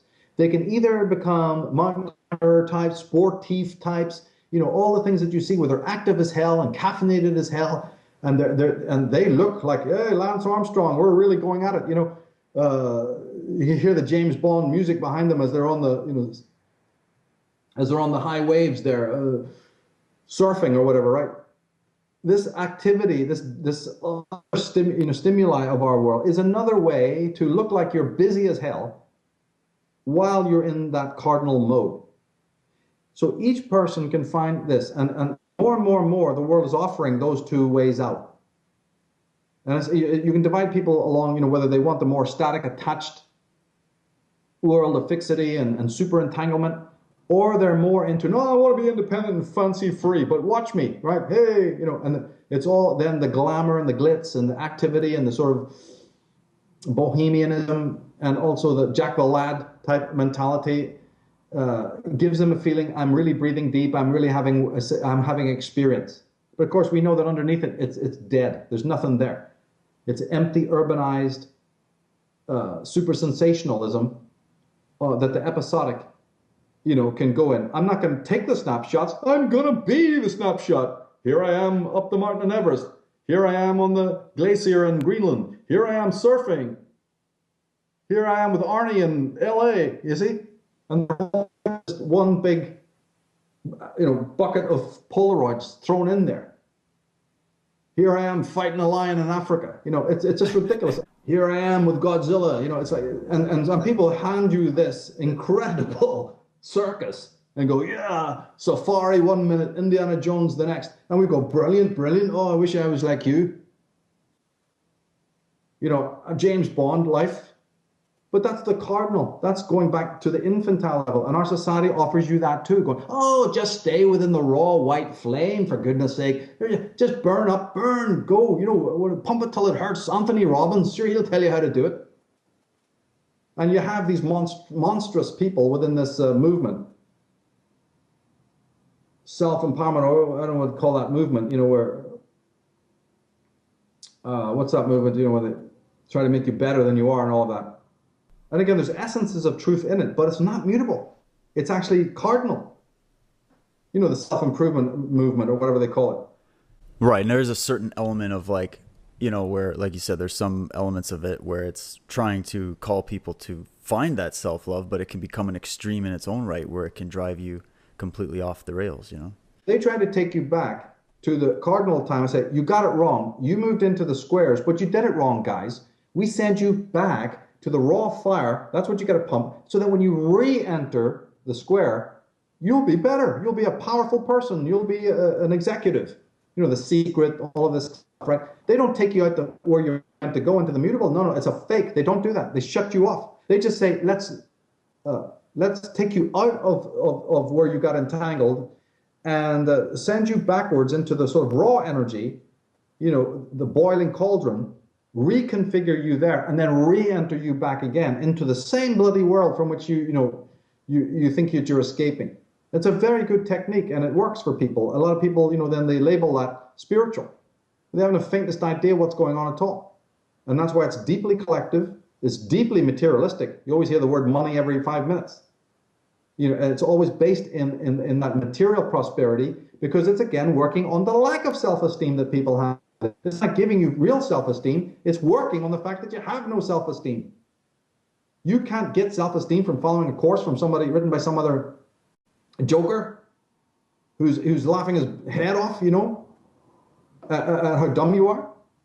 Self-esteem is cultivated from within. It's spiritually intoned, and is the vital language of your own bioenergy, into nature. It's very deeply rooted within yourself. It's not something that's installed or plugged in from outside. You will topical kind of boost from that. Just like I said, you get a topical boost from the sugars and the alcohols and the smoking and whatever else you may be doing on the daily level to animate the body's energy from the outside. It does work. And so with these pseudo versions of self-esteem, you also then will benefit to a degree. But in the end, it's going to be very transitory. It's going to be skin deep. I would prefer that people went and read the Ayn Rands and the Nathaniel Brandons and really got in touch with how self-esteem is created. It means the de-idealized self, the false persona, and everything that goes with that false persona, which is quite a lot.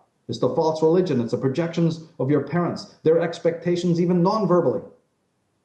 Your deep enslavement to the will of other people and the desires of other people and the expectations of other people. It's your own desires that you time and time again lead you into nightmarish situations, and deep imbroglios, but you seem not to be able to change the pattern.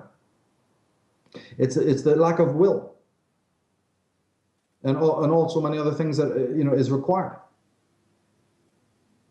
Because if you're living in the false persona, you're not living as yourself. You're not an imperial self. You're a false self, and that false self is put together, nailed together in the early parts of youth, even before the Oedipal stages, by the parents, by the grandparents, and all the other forces of the world. And so then when you look out in the world and see what we call change, it's not really change at all. There's lots and lots of change, but everything stays the same because the underlying roots haven't been watered.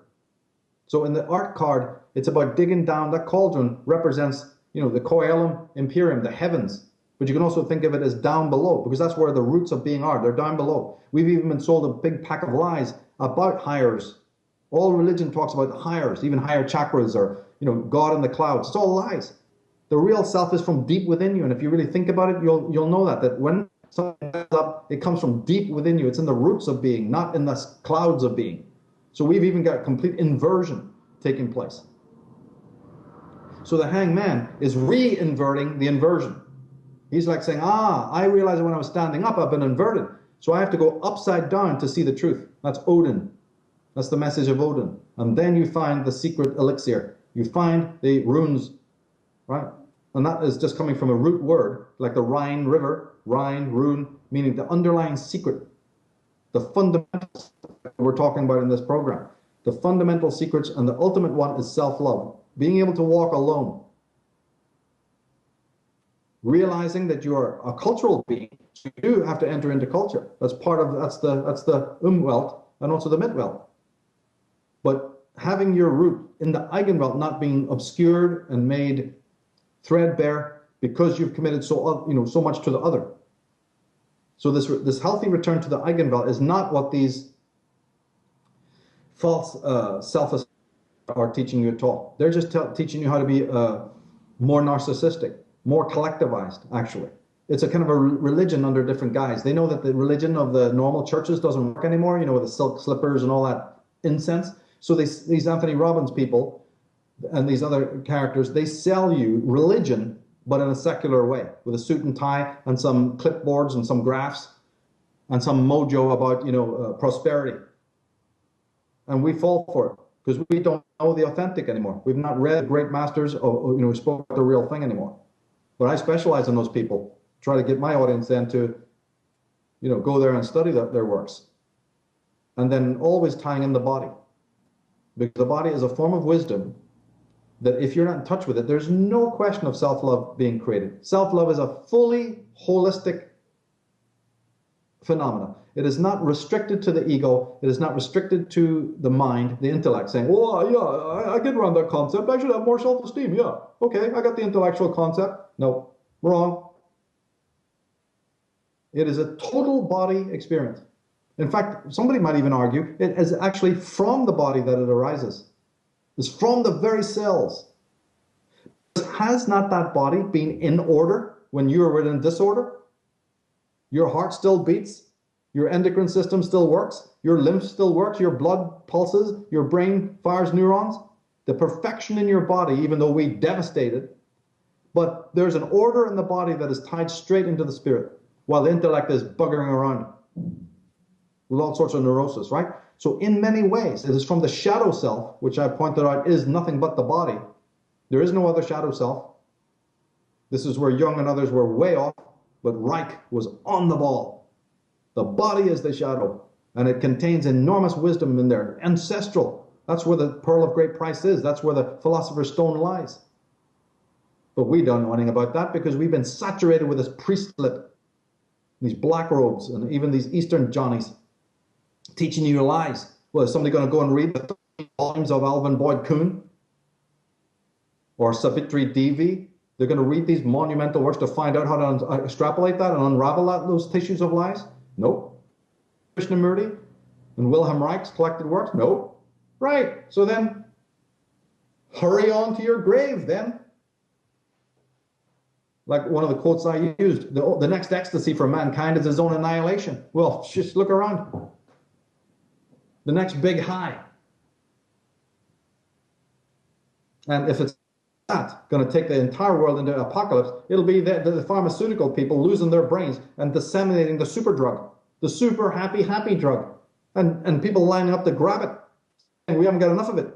Like you see when they put out bowls of rice to the starving in Africa. Just watch when they have the happy drug, the super duper drug, like they show in Frank Herbert Dune. Just watch as you walk around a corner and they're stampeded by people as they rush to grab it. Right. There's no Orwellian boot in your face.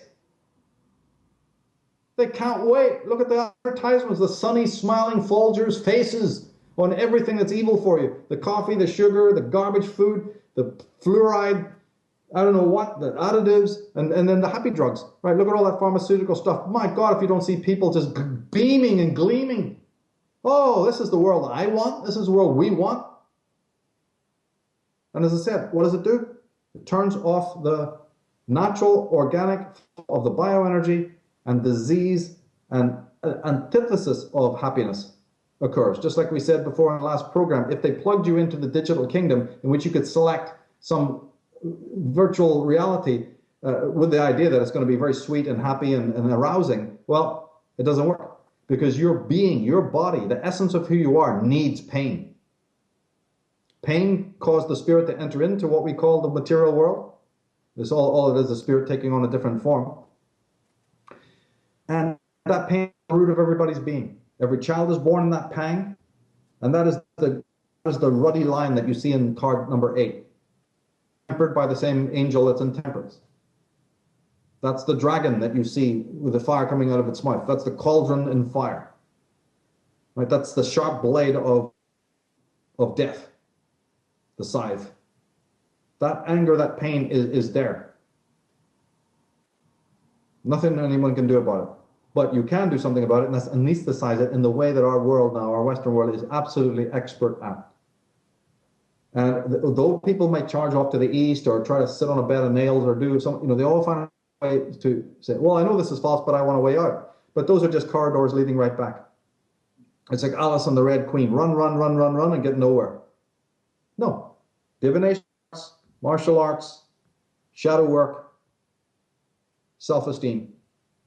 It's not really that hard. But we need people who are going to teach this to the children so they can escape from this utter authoritarianism and adultism that is absolutely ubiquitous from the moment you take your first breath on this planet. And it's getting worse and worse. And the regimentation and the need for that regimentation is now permeating over the walls, where you got these orcs from the east invading with their version of it, conformity and absolute stasis, you see. And something in our Western world is now ready for it because somebody's given up the ghost. We've been so saturated and malnutrited from a false religion and false science. You're just a hunk of atoms, mate. All that quantum stuff doesn't exist. It's just our mental concepts of what nature is. But yeah, that's our new dogma, mate. That's it. It's quarks, subatomic particles and all that. Brilliant. I got $1 million budget. We're going to be shooting them around like billiard balls. It's brilliant. We've only found the quantum realm. We're already in there. The nanotechnology, to fuck it all up. Brilliant. And you're looking at them going, yeah, okay. This is Exactly. science today. This is philosophy today. Ever heard of Alfred North Whitehead? He wasn't talking about no nanoparticles and quarks. Oh, well, that doesn't matter. You see, we're knee deep in the swamp of lies from the science, from the religion. And then people are exhausted. So then Big Brother comes in with all of its bromides and all of its anesthetization. And we are just so happy to inject it. Oh my God. And what happens? The unconscious, which is a key part of the evolution of conscious, well, that's gone. That's dead. We don't dream anymore. We barely sleep anymore. Or we're so hyperactive during the day and everything's wonderful, right? Or the body is utterly. And should it shake and tremble from something? Oh, just go down to the GP. He'll give you something to stick in you, and that's all rotted away. We'll just hack that out then. Here you are. You can frame that. It's your appendix or your tonsils or your gallstones. Oh, wow, you can juggle with it, and then Yeah. you're cured. Sure, you're cured. People never sit and say, the apple that I'm chomping on, I just cut it in half and sit and look at it as a piece of art. When's the last time anybody did that? When's the last time they actually looked at what they're eating and said, what is all this? Never. It's ridiculous. It's so fast paced, everybody's lives, that it's like you said, they're racing to their graves. They're not even living in the moment, and that's why I've always appreciated art and any kind of artistic field, or like music or anything like that really speaks to you. It's designed to bring you into the moment. It bring you into the present moment to almost sometimes confuse you in a way. Sometimes you hear lyrics from songs and you're like, what the hell are they talking about? There's got to be some kind of deeper meaning. I've listened to songs many times and only figured out what they meant years later, or I've looked at a piece of art and finally it clicked for me, or was practicing a particular technique in martial arts and it finally was revealed to me in a different way or whatever. And that's what I appreciate about art and why it's so important, is that it's there to bring you into the moment, to bring you into that state of mulling things over, like we were talking in the last interview, and the importance of doing that, of being in contemplation, and like you're saying, with the food and with your environment and looking around, and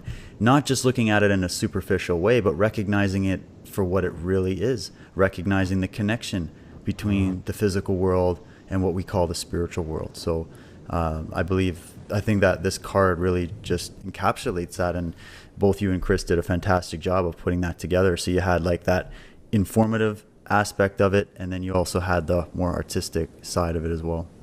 Yeah, I waited a long time to that perfect blend, to do justice to the tarot, and also to try and make these hefty things we're talking about now more succinct, and short-paced, not too heavy.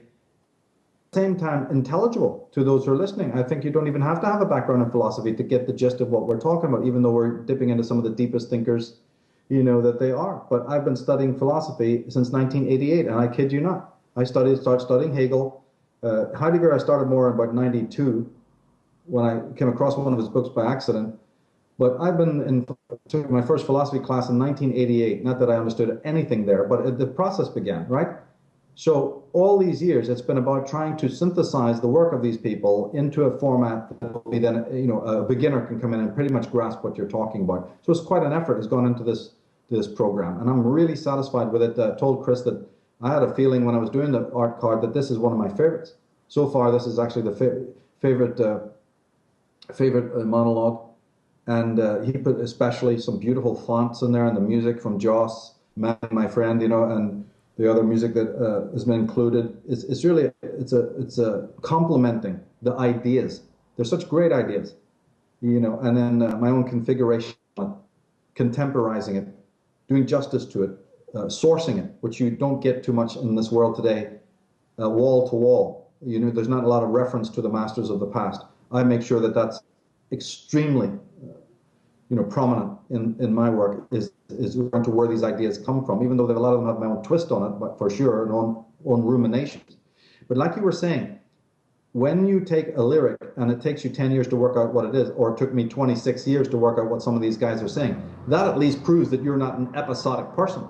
The mulling, Remember we talked about in the last program of the mull, the idea of reverberation and contemplation is extremely necessary in the process of enlightenment. Gaining these sound bites and digesting it, no, that's not what it's all about. It's about passing the idea through your mind many times until it percolates, and perfecting it, and throwing some stuff out, and revisiting it again, and comparing and contrasting. All of this is part of the journey of enlightenment. It's part of the right usage of time. But in our manic world, we're not allowed that, you see. So in my work, we stretch things out. Some of these programs are 2 to 3 hours long, and rightly so, as a lot of my work is. People will remember the old Origins and Oracle series, which just goes on and on and on, 22 discs. Yes, and that was done deliberately. Extra money was spent, extra time, agonizing effort was put in to make it like that. Because everything else that was coming out at the time was just far, far too snappy and too full of bells and whistles and flashes and lights, and the information was not at a premium. And so I decided to do it the absolute antithesis. And people were saying, my God, you're wrong to do this. Just set up an interview and just go at it for an hour or so. Which means, no, not satisfactory. We want to do this in a way that's going to have lasting information. Doesn't mean I got everything 100% correct. But we did it in a very paced way. And we're trying to do that in the Path of the Fool as well. We're not going to be 100% on the ball and everything. But the main thing is to try and synthesize astrotheology, astromancy, the divination arts, the great work of these past masters that's slowly it's eroded. You see, a lot of this Hermeticism is being eroded today. It's been overshadowed by all this other fake New Age shit. So it's bringing back this Western magical tradition as well, and then taking the best that they have from the East, but also merging it with the West and reminding people there is a Western magical tradition as well. But again, the idea of having it over a longer period of time, which a lot of people don't like, yeah, but that's deliberate, that's conscious. Because part of it is to take an idea, think about it for years and years and years, like you're saying, or a painting that captivated you on some level, but you never really was able to fathom, why did you like it? What's it all really about? Or it hypnotized you, or allured you in some way. And it's the same with these cards.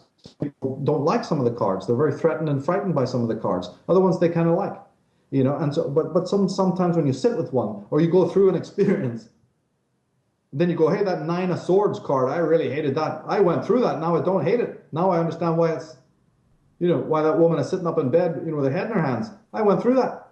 Exactly. Yep.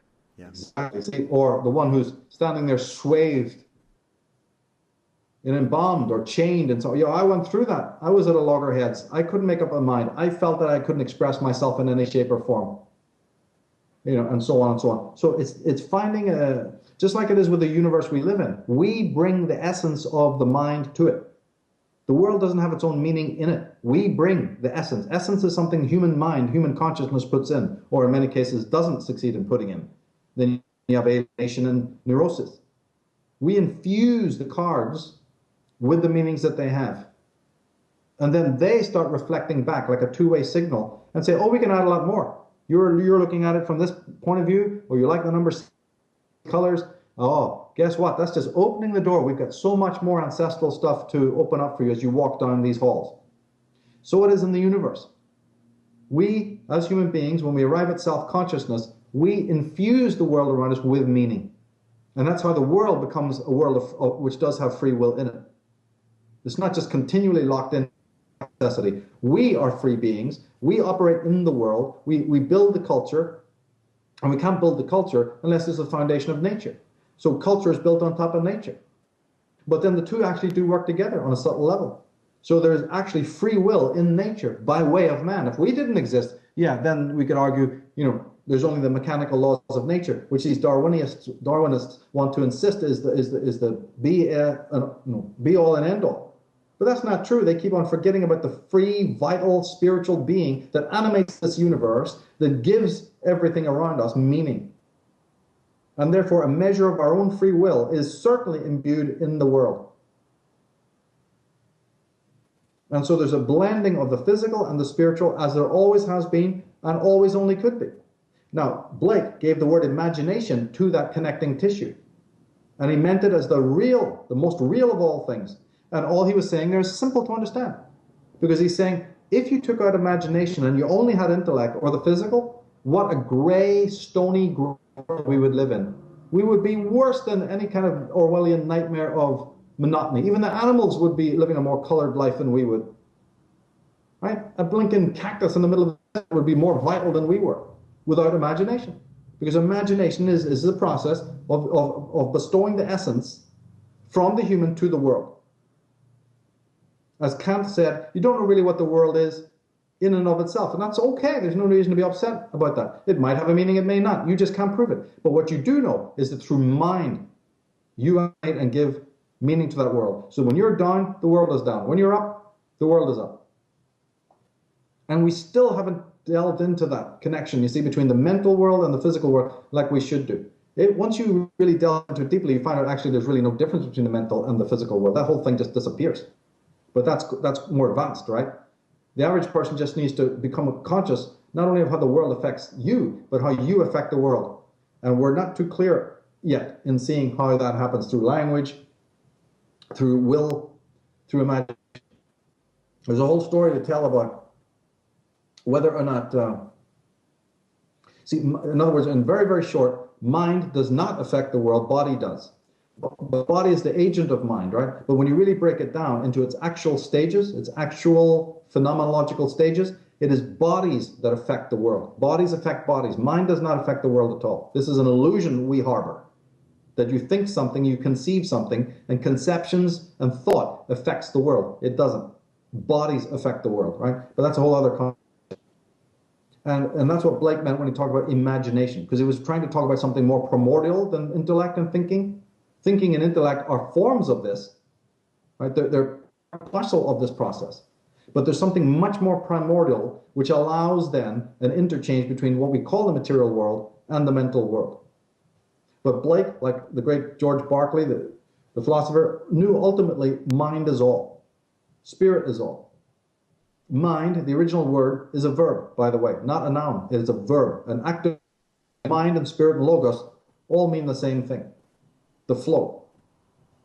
So along comes Hegel and Schelling and say, well, I want to know more about that flow. I accept that, that's why they call themselves idealists, because they accepted that the world is an ideal. The word ideal can throw people off.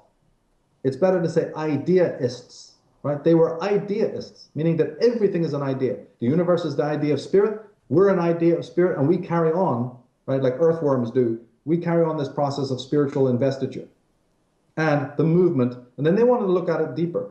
And so they were the ones who discerned everything we've been talking about. That when you look at it deeper, the actual mechanics of it, it's a movement between the unconscious to the self-conscious. This is one of the key things. And then they even went deeper than that to find out the mechanism of that, which he called the dialectic. Then they went deeper than that and found out freedom is at the bottom of the dialectic. Oh, what's that? All of these things are proofs of spirit. But it's been wasted on the 20th century positivists and pragmatists and I don't know what-ists. It doesn't matter what they thought. They just continued going on as if none of this ever mattered to anyone. And then look around at the world. Look at the world that these materialists have created. And they say, well, I never believed them. Sure, I'm religious. Well, that's no good. Have you no idea of that's just as bad? That's putting you into a hypnotic state. Just as bad as the materialist who tells you just about a hunk of matter and atoms floating about. Okay, if I'm atoms floating about, what am I floating about in? Well, that's where a conversation ends. And now, like we said in the last program, hey, they don't even accept there is a reality. Yeah. I mean, how daft and dumb can you get? So I guess it's kind of like you're talking about, like with the mind and the physical action in the world is what, produces these effects. You have like this world of causality and the world of effects. So you have, if all is mind, and then we as individuated beings have mind, we conceptualize an idea. Like if you're going to paint a beautiful painting, you may have a deep moment of inspiration, and that might be considered, something that emanates from the mind. And then you're using the body like the paintbrush. You're using it as the tool to manifest it into some kind of a physical thing. Anything you touch. Like we call it physical, but it's mind that is making it malleable. So when you pick up that paintbrush and those paints are mental. If they're as mental as the image you're going to paint. But in order to do it, you need the body to do it. So you can't then say that the body is not consciousness. You can't say consciousness is on one side of the wall, and what I produced is the product of consciousness, but the means by which I produced it is some dead hunk of matter. Yeah, exactly. Like it's a disconnect between the two when it's all yes. one. And that's where the whole of Western philosophy goes absolutely arse about face, real wrong. And also other things come from that. Now that you've distorted what reality is, the next step would be that you're either now too close up to the canvas to see what's going on, or maybe too far away. Other things enter in, other perspectives, right brain. Like we said, emotion. Emotion might color your thinking too much. There's 101 other cocktail come from that first original mistake. If you realize that the body is a form of consciousness, then you're an idealist. You're an idealist because you're no longer fooled by thinking of a material world that is separate from the realm of ideas. In order to manifest ideas, you have to use the stuff of the world. That means, to that extent, that the stuff of the world is of an idea. It yielded itself to create everything that man's mind created. So it's lunatic. As Otto Rank would said, the will is able to meet the will of the world. So when you're down to the basics of what consciousness is, it's will. And the same will exists in the world that let you say, oh, that's just the world of mechanical laws. Yeah, but if you go below that, will is in the world of phenomena as much as that is in the human being. And so on the will level, we're one. But again, will therapy, as he called it, Otto Rank's teachings, they were obscured. Nobody cares about that. They were picked up by the great French philosopher Merleau-Ponty, right? Maurice Merleau-Ponty. But immediately as he died, then these theories, this other intellectual trend disappeared. And it was very heavily, but that disappeared. Nobody gives a damn about any of that, right? So Otto Rank's ideas just filtered, disappeared away. I write about it extensively on the Schelling Zone site. People can go there and dip into that if they want to know more about that. Because the material and the mental are connected in very intimate ways that your materialists, work overtime to make sure that you don't read that, you don't see that. So that's why if you open the books of Daniel Dennett or any of these major people like Dawkins, and all that, you will not read about Malebranche, the French philosopher. You will not read about Merleau-Ponty. You will not see an index or bibliography of Otto Rank. Right? You won't find any of these intellectual predecessors. No Martin Heideggers, nothing. They don't want their audience to know about it, so they're actually deceivers, because a really good scholar always puts in the opponent. He tells you where to go. I do it myself on my websites. I will always have the pro and the con, for the most part.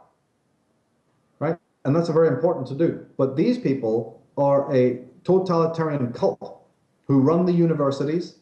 They're not just pragmatists and positivists in some benign way. This is an establishment, all right? They are very negative people who serve a materialistic agenda.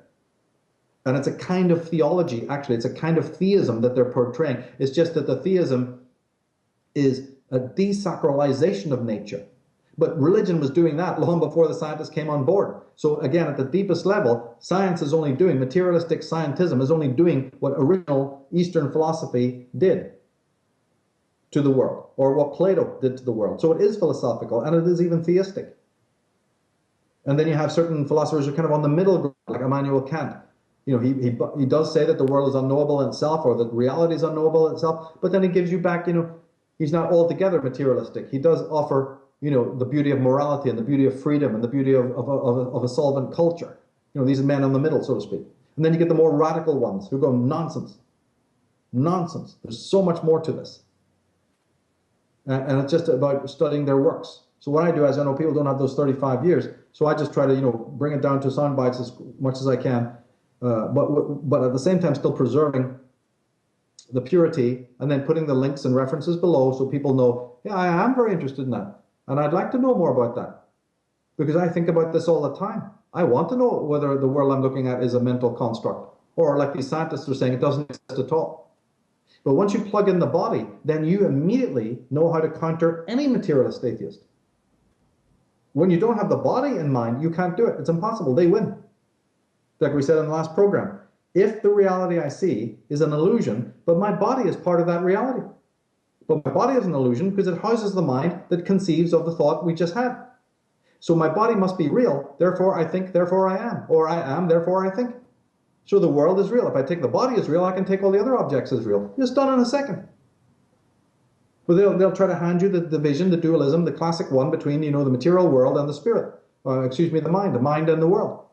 Or objectivity, subjects-objects dichotomy, which every philosopher has had to grapple with. Well, it's simple. Objectivity is merely a trait or an attribute of the subject. the subjective being needs to step outside itself to observe itself in exactly the same way as it observes external things. So the objectivity is merely an attribute of subjectivity. Subjectivity comes first. And objectivity is not separate from subjectivity. It is a component of it, a tool, a means of changing the lens so to see. Like in prison, in some prisons, the prisoners will get a little bottle, a Coke bottle or a little cup, and they can't see anything outside these tiny little windows, but they hold a little bottle up, and the convex bottle shows them the streets, and they can see people walking about. Right, that's what I'm talking about. We adjust the lens of the subject. So how can you get rid of the subject? If you get rid of the subject, the objectivity disappears. So these objectivists and the people who are telling you, oh, it's all objective, there's no such thing as a subject, are telling you a pack of lies. The subjective is the first and foremost. Plus, at the moment of death, there is no objective reality, but it's the subject still experiences his own death. That subjectivity is primordial. It's the subject that experiences its own death, right? And at that point, a distinguishing mark of that instance of death is the loss of the objective world. But the subject is still there till the absolute last minute, experiencing its own demise. So therefore, subjectivity is original, and objectivity is derivative. But along come the white coats and the scientism. Like I told you, when these North Whiteheads were champions of materialism, their names was in lights. The moment that they turned around and said, no, it's something else, they were forgotten. And to a large extent, it goes with Heidegger and lots of other teachers as well. But they come along and they inverted the whole thing. And none of it, it's baseless. Well, none of it is any base at all in truth. And the 4 or 5 greatest materialist mathematicians that ever lived, I have their names in the Disciples of Mysterium book. The 4 of the greatest, if not 5, 2 committed suicide and 3 went insane. That the minds that they put from the Vienna School and from all of these universities, these Alan Turings and all these other people that they put onto this game to try and crack it, went mad because they found out they didn't go mad from their calculations and their probing. They went mad when they found out their calculations are wrong, when the premises of what they're doing is wrong, when they couldn't egoistically clinch the mystery of the universe. That was what the plan was. They were looking in to crack the mystery of the universe. But when they found that their paradigms were false, these egomaniacs couldn't take it, and they pulled their own hair out and went bat crazy. They had to be locked up in rubber rooms, okay? And I'm not kidding you. They didn't go mad because of their own mathematics. They went mad because their theories were disproven in exactly the same way that Bertrand Russell's admitted, and I've got their words, I've got their writings, proving that their entire experiments were false and misconceived from day one. There was a huge fallout that happened, in the early 20s that, again, we're not told about today. Everything was just brushed over and people moved on, with kind of forgetting that this whole meltdown took place. And the ramifications of that meltdown are still happening in science today. But you're not going to hear about the Ian McGilchrists, and you're not going to hear about these Michael Talbots and these other people like him. That's why I put the links below with these programs for people to go and study it and check it out. Because it is utterly, utterly, utterly bankrupt. I'm even putting posts on my forum saying physicists now know that everything they knew, David, is wrong. They're admitting it, not me. These are people from CIT, MIT going, we don't have a baldy what's going on. We're all wrong. We're up our own. What happened to all the billions? Didn't you suppress Tesla and Walter Russell and Victor Schauberg and Henry T. Moray, and the list goes on, and Walter Russell, and Wilhelm Reich, We're and seeing Alexander Lau, and Yather Yanov, and Alexander, the guy who created the Alexander technique, getting you back into your body. Didn't you suppress all these people? Didn't you ridicule them? Didn't you sneer? Don't you sneer still at people who try to mention these people? You're pseudoscience. Like they learn these catchphrases, pseudoscience. Yeah.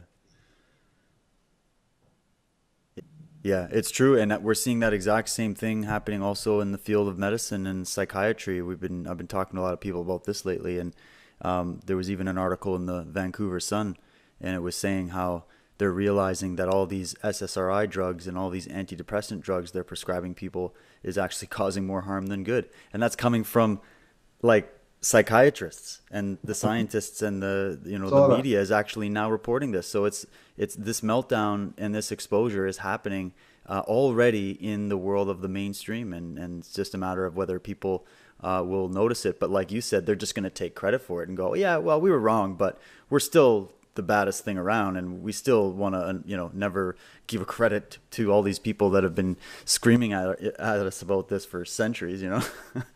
That's right. It's the well-known intellectual hubris that all these characters have, but they can't stop the meltdown. Good people within these movements are questioning. And on my Schelling site, under research, I put all where we're going. I know where we're going. I keep a very close eye on all of this. And you'd be amazed at how these Whitehead's ideas are coming back, and Schelling, especially. I even made a Schelling's own website precisely for this. It's prescient. I'm putting that site together for reasons because there's a quiet prediction. Because these people, I know what they're doing. They're scum, and they're going to turn around and start co-opting their betters, but make it look like we packaged it. It's already happening, actually. It's already happening. Yeah, but I want people to be aware when they're reading these ideas that it's from Hegel and Schelling and Bohm and Whitehead and many others, and even from Heidegger, that they're taking these teachings. It's all going to be repackaged as we speak. At the same time, though, there's also going to be, on the negative side, and I want to reiterate this again as we close here, because we're moving in, generically speaking, in the world, we're moving into a post-psychological, post-philosophical world. So even though I know there's going to be some U-turning and sleight of hand, and ultimately there will be a revival of great teachings, say within the next 5 to 10 years. These Ian McGilchrist and these people are already turning the tables. You see, it's already happening slowly. But since I know that's going to happen, there's also a counter in which some of these inveterate materialists can't give up the ghost, won't want to, and would rather self-destruct, like auto-destruct the system, rather than have these great men's spiritual teachings come back. So there's going to be a sort of a reaction, a retaliation. The disciples of these Herbert Marcuses and all, they don't just roll up and disappear and go, oh, well, we've had our time, you guys can take the throne now. No. They're going to try and auto-destruct with some kind of intellectual meltdown. And so we have to watch for this trend where I have already predicted that, say in about 5 to 10 years, even the word Jung and Freud will be like as utterly foreign to us as saying Malebranche and George Berkeley. We're going to go through a time in which people are no longer observing themselves. Remember we talked about the mutable, about stepping outside and watching oneself? No, we're going to be moving into a world where the paradigm is, it's like these people who have millions and millions of dollars and never studied holistic healing. They don't know anything about, so the first bit of pain they got, they go to the man in white coats. You'd think with all their money and experience, they'd know even the basics about going to a chiropractor or something. They don't know anything. Well, it's the same thing we're dealing with in even intelligent people all over the world. And if you're not looking at yourself psychologically, then philosophy goes with it as well, because they're cousins. And so we're going to be living in a post-psychological world. We've been moving into it quite rapidly. And so the alternative movement is one of the only movements left where these, we've got to quickly cultivate those plants again. We've got to make them part of our repertoire. So in this conspiracy movement, I'm doing my best to bring consciousness back and bring philosophy and psychology back. A lot of people don't like it. They just want to keep it from a very narrow paradigm and forget about any of these things, or they notice that I'm into tarot and that's it. They don't want to know you because you're into tarot. Suddenly that means you're the devil's child or some stupid shit like this. It's like, this is nonsense. And the damage that's going to be done. When the mainstream world says, oh, there's no such, psychology, what's that? Or philosophy, we don't need to look at, nobody in the modern world looks at themselves that way. We look at ourselves as technical and efficient and sociological and mechanical and all of that, and sportif and efficient and acculturated. We're not all that stuff about stepping back and looking at ourselves as psychologically, how I was brought up by my parents. Oh, sure, that's all pseudoscience. We don't want to do that. We're heading down that road as well. So on one hand, there could be a revival or renaissance, but first, great men's ideas repackaged by these duplicitous scientists coming out and putting their new people's champions there to say, look what we've just discovered. Such and such expert is talking about, the deep reservoir of being or whatever, these Schellingian things. And they'll bloody be doing that. They've done it in the past. But at the same time, on the other side, those people who just can't get with all of that beauty and that philosophy are going to want to auto-destruct. And the trend for them will be to completely negate any type of philosophy, any kind of psychology, except on the most rudimentary moral. They call in a moral philosopher for some corporation to worry about we're cutting down some rainforest, or we're treating these Jujus inappropriately, and we don't have enough idea of how they live in the tribal world. So give us some lecture on ethics, mate. Here's $1 million. That's what philosophy is going to be reduced to, or some low-level political science, which is just some garbage that we've had, for the last 25 years, this utter preposterous multicultural tosh. That's about what philosophy is already being stamped into the ground. You see, the high philosophy, which includes long periods of thought, contemplation, contradiction, changing your ideas, mulling things over, and thinking of yourself as a psychological being. Why would I want to do that? Sure, that's nothing. That's just solipsism. We got a busy schedule. We don't want to be dealing with that. Big Brother will fix us if there's anything wrong. If you feel unwell, go and get a pill. Read one of these read the DSM-5. That'll take care of you. We've got a A to Z list of what could be wrong with you. No need for any contemplation or introspection or looking at yourself emotionally or anything like that. So this is unfortunately where we're heading, and I hear a lot of great stuff coming out of a lot of people in this movement. But to me, it's yeah, whatever. A lot of people today in this alternative movement are still talking, and they're avoiding consciousness. Like I said, people take these terms like consciousness and then proceed to never speak about it. I thought they knew it was a psychic. They knew that this is a war, on the psyche. I thought it's all about psychic sovereignty. But you could go blue in the face waiting for somebody and these other teachers to be mentioning it, and that's a bad sign. I don't like the look of that. In fact, some of them are coming back and even advocating, basic just Christianity, whatever. They're veering away from the philosophy and psychology. And that makes me wonder about their own private lives and what kind of efficacy they're going to have to really understand what's really happening in this world. They want to be fighting tyranny, right? Yeah, well, yeah, okay, great. Then I assume you want to know the roots of tyranny. Or you want to know, like I've said from my work, from day one, the top of the pyramid, right? That little removed capsule. I assume you want to know what they're thinking up there, right? Well, you're not going to cut it unless you know that they are psychologists and they know everything about you psychologically.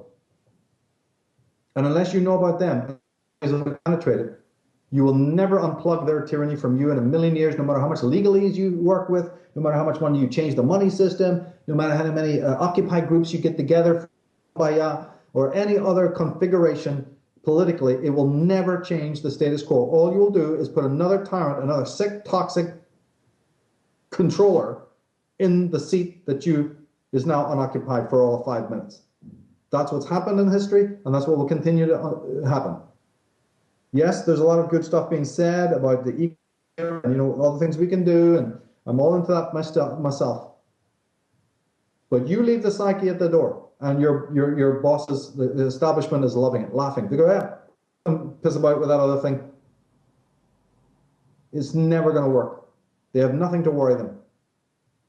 Because the one thing they do have on their side is psychology. They know the trauma at the root of your being. They know your own bivalence, right? That you're suppressing your own body. First you were taught autism.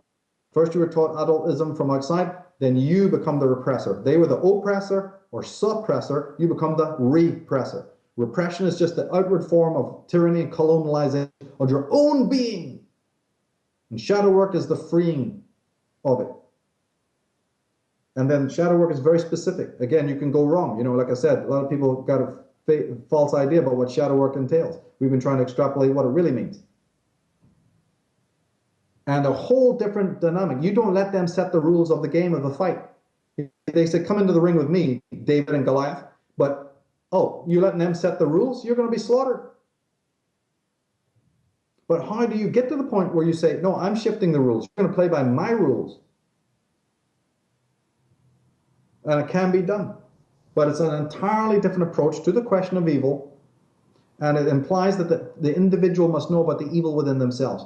Once you've removed it, once you've neutralized it within yourself, and that's psychology and philosophy, you will always be under the hand of evil. Evil has no power over the man who knows its anatomy and then can neutralize it within himself. And that can be done. And this Path of the Fool series, is a very deep look at the method by which that is done, by getting into the ontological underpinnings of what consciousness is. Wow, it's incredible. And we're going to be continuing this journey. So maybe just to quickly wrap it, where are we heading next, Michael? Yeah, the Devil card, I'm writing that now, and it's going to be great. They're all really strong right now. And this will be more about the blocks, that come in when you're not able to break the conditioning, of all of the oppression from the outside. And when you have embodied it and you do fossilize, and therefore you don't need an external tyrant, right? He doesn't need to be around.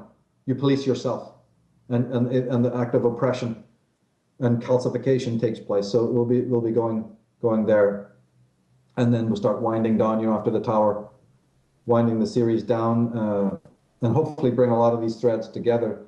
It's really exciting. I never lose energy doing this program. I really always feel very energized. I didn't expect that, because it's quite a lot of work. And as I said, it's many, many decades of research, keeping notes, and then trying to, like a Rubik's Cube, wrap them around again and again to make them more applicable, more understandable, more transparent. It's been a really long work. And even when I wrote these down in the articles in 2000, they still needed changes. They still needed updating. Wasn't happy with them. So I thought it was going to be a very arduous process. Actually, it's been a very, very joyous and energizing process to put this down. And it just looks so fantastic when synchronicities happen and the right music is put in and the right images and graphics and the right clips. It's really exciting to see that. And also people's responses as well are very positive. So I will have an end thought. When we do the final card, there'll be a little summary and half an hour summary to bring out some of the key points at the very end. I hope to do that, but we're still we're still in a very deep place here where there's still some very, very important secrets. It was only in the last card, remember, no, it was really in card 11 where I brought up my 2-tree system, which is a revolutionary system. I teach it on the mystery school, but now we have that, which we didn't have in the first 11 cards. So we can extrapolate that as well to get more deep into the tarot than anyone else has been able to do by this 2-tree system, showing how cards are paired up. And so in the Devil card, there'll be a great deal to say about that, because the Devil teams up, with the Emperor and stuff. So there's very interesting twinning of cards there that will really help explain why certain Sephira on the Tree of Life, what they're all about, and also why cards are related. People try to pair the cards up and they don't do it right. This 2-tree system really helps to see how the cards themselves or the major arcana pair up. Because there are other pairings, of course, but there's a cardinal, way that they resonate with one another. And this opens a very, very important door to the communion with the higher self. So that's where we're going. By continuing to look at the 2-tree system, we're moving into a whole other frequency of analysis here, which even opens up the right brain, because I'm solution oriented. It's no good pointing out all the problems if you're not going to know what we can do about it. And this is one of the meditative, symbolic areas where we open direct communication with our inner self, and this is how it's done through this 2-tree Kabbalistic system. So we'll have more to say on that as we go. Well, I'm definitely looking forward to it. And I find for myself personally, and I spoke recently to Chris, that we both feel the same way as you, that this whole process of doing this work and getting into all of this and doing the interviews and the videos has been rather therapeutic and very enlightening, and just helped bring a lot of clarity to different things in our personal lives. So we're definitely very grateful for that. And I know the people listening have definitely been sending in the feedback, very similar feedback as well. So thanks a lot, Michael, for this show. And we're definitely going to continue moving forward. And those that are listening, thanks for tuning in. And we will be, as we said, including, once again, the links and sources for you in this the description of this video. Definitely go back and watch the original card, the art card, and go through all of that. And we will definitely catch you for the next one. Will be coming up very soon.